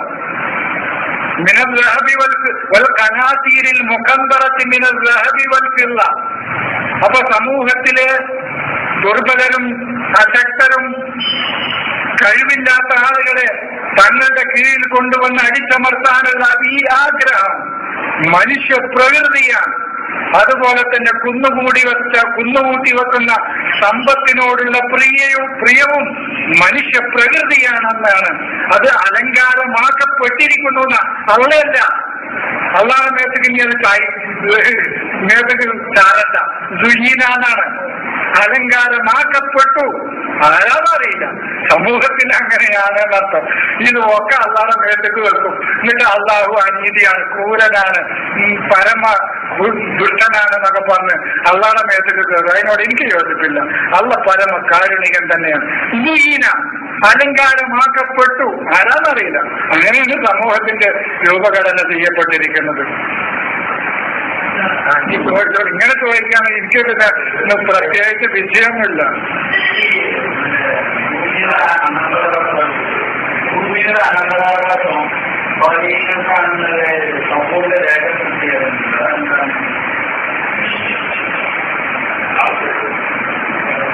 നാട് ഭൂമിയുടെ അനന്തരം എന്ന നാട്ടിന്റെ അനന്തരം. സൽക്കർമ്മം ചെയ്യുന്ന ആളുകൾക്ക് തന്നെ നാട്ടിന്റെ അനന്തരം കിട്ടുള്ളൂ. ബാക്കി നശിക്കുന്നില്ലേ?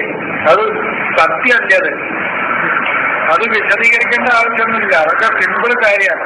എന്റെ സുഹൃത്തിനെ ചിന്തിച്ചാൽ മനസ്സിലാവും. രാജ്യത്ത് തിന്മകളും അക്രമങ്ങളും പ്രവർത്തിച്ച ഏത് രാജ്യമാണ് പൈതൃകമായി കിട്ടിയിരിക്കുന്നത്? കിട്ടൂല.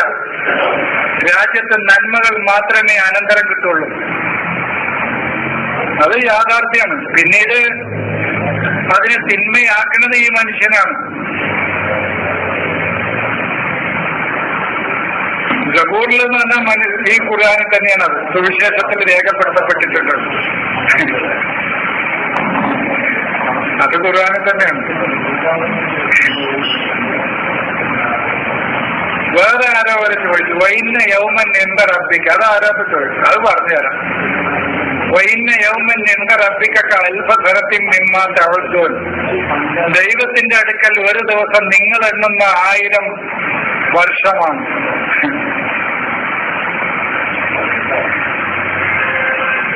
വഇന്ന യൗമൻ ഇൻദ റബ്ബിക അൽഫ സനത്തിൻ മിമ്മാ തഅദ്ദൂൻ.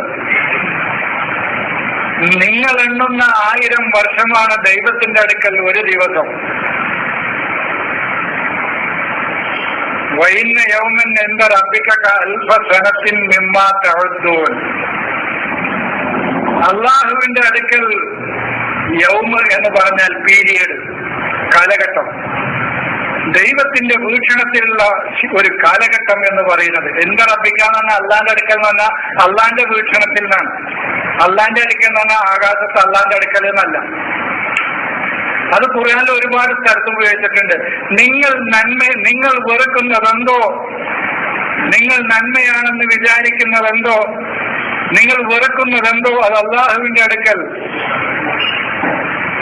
ഹൈറായിരിക്കും. നിങ്ങൾ ഹൈറാണെന്ന് വിചാരിക്കുന്നതെന്തോ അത് ദൈവത്തിന്റെ അടുക്കൽ അത് ഷർറുമായിരിക്കും. അത് ദൈവത്തിന്റെ വീക്ഷണത്തിൽ നിന്നാണ്. എന്താന്ന് പറഞ്ഞാൽ അരികെന്ന് പറഞ്ഞാൽ എന്റെ അടുത്ത് നിൽക്കാന്നില്ല അർത്ഥത്തിലില്ല. ദൈവത്തിന്റെ വീക്ഷണത്തിൽ, ദൈവത്തിന്റെ കാഴ്ചപ്പാടിൽ, ആ വ്യൂവിൽ വെച്ച് നോക്കുകയാണെങ്കിൽ എന്നർത്ഥം. അപ്പൊ ഒരു സമൂഹത്തിന്റെ വളർച്ചയ്ക്കും പുരോഗതിക്കും ആവശ്യമായ, അതാണ് റബ്ബ്, ഒരു സമൂഹത്തിന്റെ വളർച്ചയ്ക്കും പുരോഗതിക്കും ആവശ്യമായ ആ വ്യൂവിൽ നിന്നിട്ട് ഒരു കാര്യത്തെ, ഒരു കാലഘട്ടത്തെ, ഒരു പീരിയഡിനെ കാണുകയാണെങ്കിൽ, ദൈവത്തിന്റെ വീക്ഷണത്തിൽ ഒരു പീരിയഡ്, ഒരു കാലഘട്ടത്തെ നിങ്ങൾ നോക്കിക്കാണുകയാണെങ്കിൽ അതെങ്ങനെയായിരിക്കണം? അൽഫ, ഏറ്റവും ഇണക്കമുള്ള, സനത്തിൻ തിളക്കമുള്ള ഒരു സൊസൈറ്റി രൂപപ്പെടുവരിലാണ് ഏറ്റവും നല്ലത്. അതാണ് ദൈവത്തിന്റെ വീക്ഷണത്തിലുള്ള ഒരു പീരിയഡ്. അതാണ് ദൈവത്തിന്റെ യൗമ് എന്ന് പറഞ്ഞ. അതാണ് അയ്യാമില്ല എന്ന് പറഞ്ഞല്ലോ, അള്ളാന്റെ ദിനങ്ങൾ. ഫദക്കിർ അയ്യാമില്ല എന്ന് പറഞ്ഞല്ലോ, അള്ളാഹുവിന്റെ ദിനങ്ങൾ കൊണ്ട് നീ ആ ജനങ്ങളെ മുന്നറിയിപ്പ് കൊടുക്കണമെന്ന് പറഞ്ഞാൽ അള്ളാഹുവിന്റെ സന്ദേശങ്ങളാണത്. അതാണ് അയ്യാമില്ല. അള്ളാഹുവിന്റെ കാലഘട്ടം, സത്യത്തിന്റെ കാലഘട്ടം, നീതിയുടെ കാലഘട്ടം, ധർമ്മത്തിന്റെ കാലഘട്ടം, ഒരുമയുടെ കാലഘട്ടം, ഐക്യത്തിന്റെ കാലഘട്ടം, അതാണ് യൗമ്. അപ്പൊ ദൈവത്തിന്റെ വീക്ഷണത്തിലുള്ള ഒരു കാലഘട്ടത്തെ അവൻ കാണുന്നത് എങ്ങനെയാണ്? അൽഫസനത്തായിരിക്കണം. നല്ല ഉൽഫത്ത്, ഇണക്കവും ഒരുമയും, സന എന്ന് പറഞ്ഞാൽ നല്ല തിളക്കവും പ്രകാശിക്കുന്നതുമായ ഒരു സമൂഹം നിങ്ങൾ കണക്കാക്കുന്ന ആ ഒരു സമൂഹം എപ്പോൾ രൂപപ്പെടുന്നുവോ അതാണ് ദൈവത്തിന്റെ വീക്ഷണത്തിലുള്ള കാലഘട്ടം. അതിനെയാണ് ദൈവം കാണുന്ന കാലഘട്ടം. അതാ വേണ്ടത്. അങ്ങനത്തെ ഒരു കാലഘട്ടമാണ് ദൈവത്തിന്റെ വീക്ഷണത്തിലുള്ള കാലഘട്ടം എന്നാണ് അള്ളാഹ് പറയുന്നത്. അതിപ്പോ ആരോ ഇന്നലെ വഇന്ന യൗമൻ ഇൻദ റബ്ബിക കഅൽഫ സനത്തിൻ മിമ്മാ തഅദ്ദൂൻ. അല്ലാതെ ഇങ്ങനെ എങ്ങനെ 1000 കൊല്ലം. അൽഫുന ഉൽഫത്ത്, ഇണക്കം. മൂപ്പര കൂടിക്ക് എന്താണ് അലിഫില്? ഇണക്കം. വീട്ടിന്റെ പേരതാണ് അലിഫ്. ഇണക്കം, ഒരുമ, സ്നേഹം. അലീഫ് എന്ന് പറഞ്ഞ കാളക്ക് പേര് പറയുന്ന പേരാണ് അലീഫ്. കാള ഇണങ്ങുന്ന ജീവി എന്നുള്ള അർത്ഥത്തിന് അലീഫ്. ഒരു ഇണക്കമുള്ള, സൗഹൃദമുള്ള, സ്നേഹമുള്ള, ഒരുമയുള്ള, സനത്ത്, എൻലൈറ്റ്മെന്റ്, നല്ല തിളക്കമാർന്ന ഒരു സൊസൈറ്റിയെ രൂപപ്പെടുത്തിയെടുക്കുന്നത് പോലെ എപ്പോൾ രൂപപ്പെടുന്നുവോ അപ്പോഴാണ് ദൈവത്തിന്റെ വീക്ഷണത്തിലുള്ള കാലഘട്ടമാവുന്നത്. സമയം ഇനി വരച്ചുണ്ട്. തൂബു എന്ന് പറഞ്ഞാൽ അതൂബ് ഇലൈഹി എന്ന് പറഞ്ഞാൽ ഞാൻ അള്ളാഹുവിലേക്കാണ് തിരിച്ചു പോണത്. അള്ളാഹുവിലേക്ക് എന്ന് പറഞ്ഞാൽ അവന്റെ വ്യവസ്ഥതയിലേക്ക്, അവന്റെ മാർഗനിർദ്ദേശത്തിലേക്കാണ് ഞാൻ മടങ്ങിപ്പോകുന്നത്. വേറെ ഒന്നിലേക്കും അല്ല. ഞാൻ നിർത്തുകയാണ്.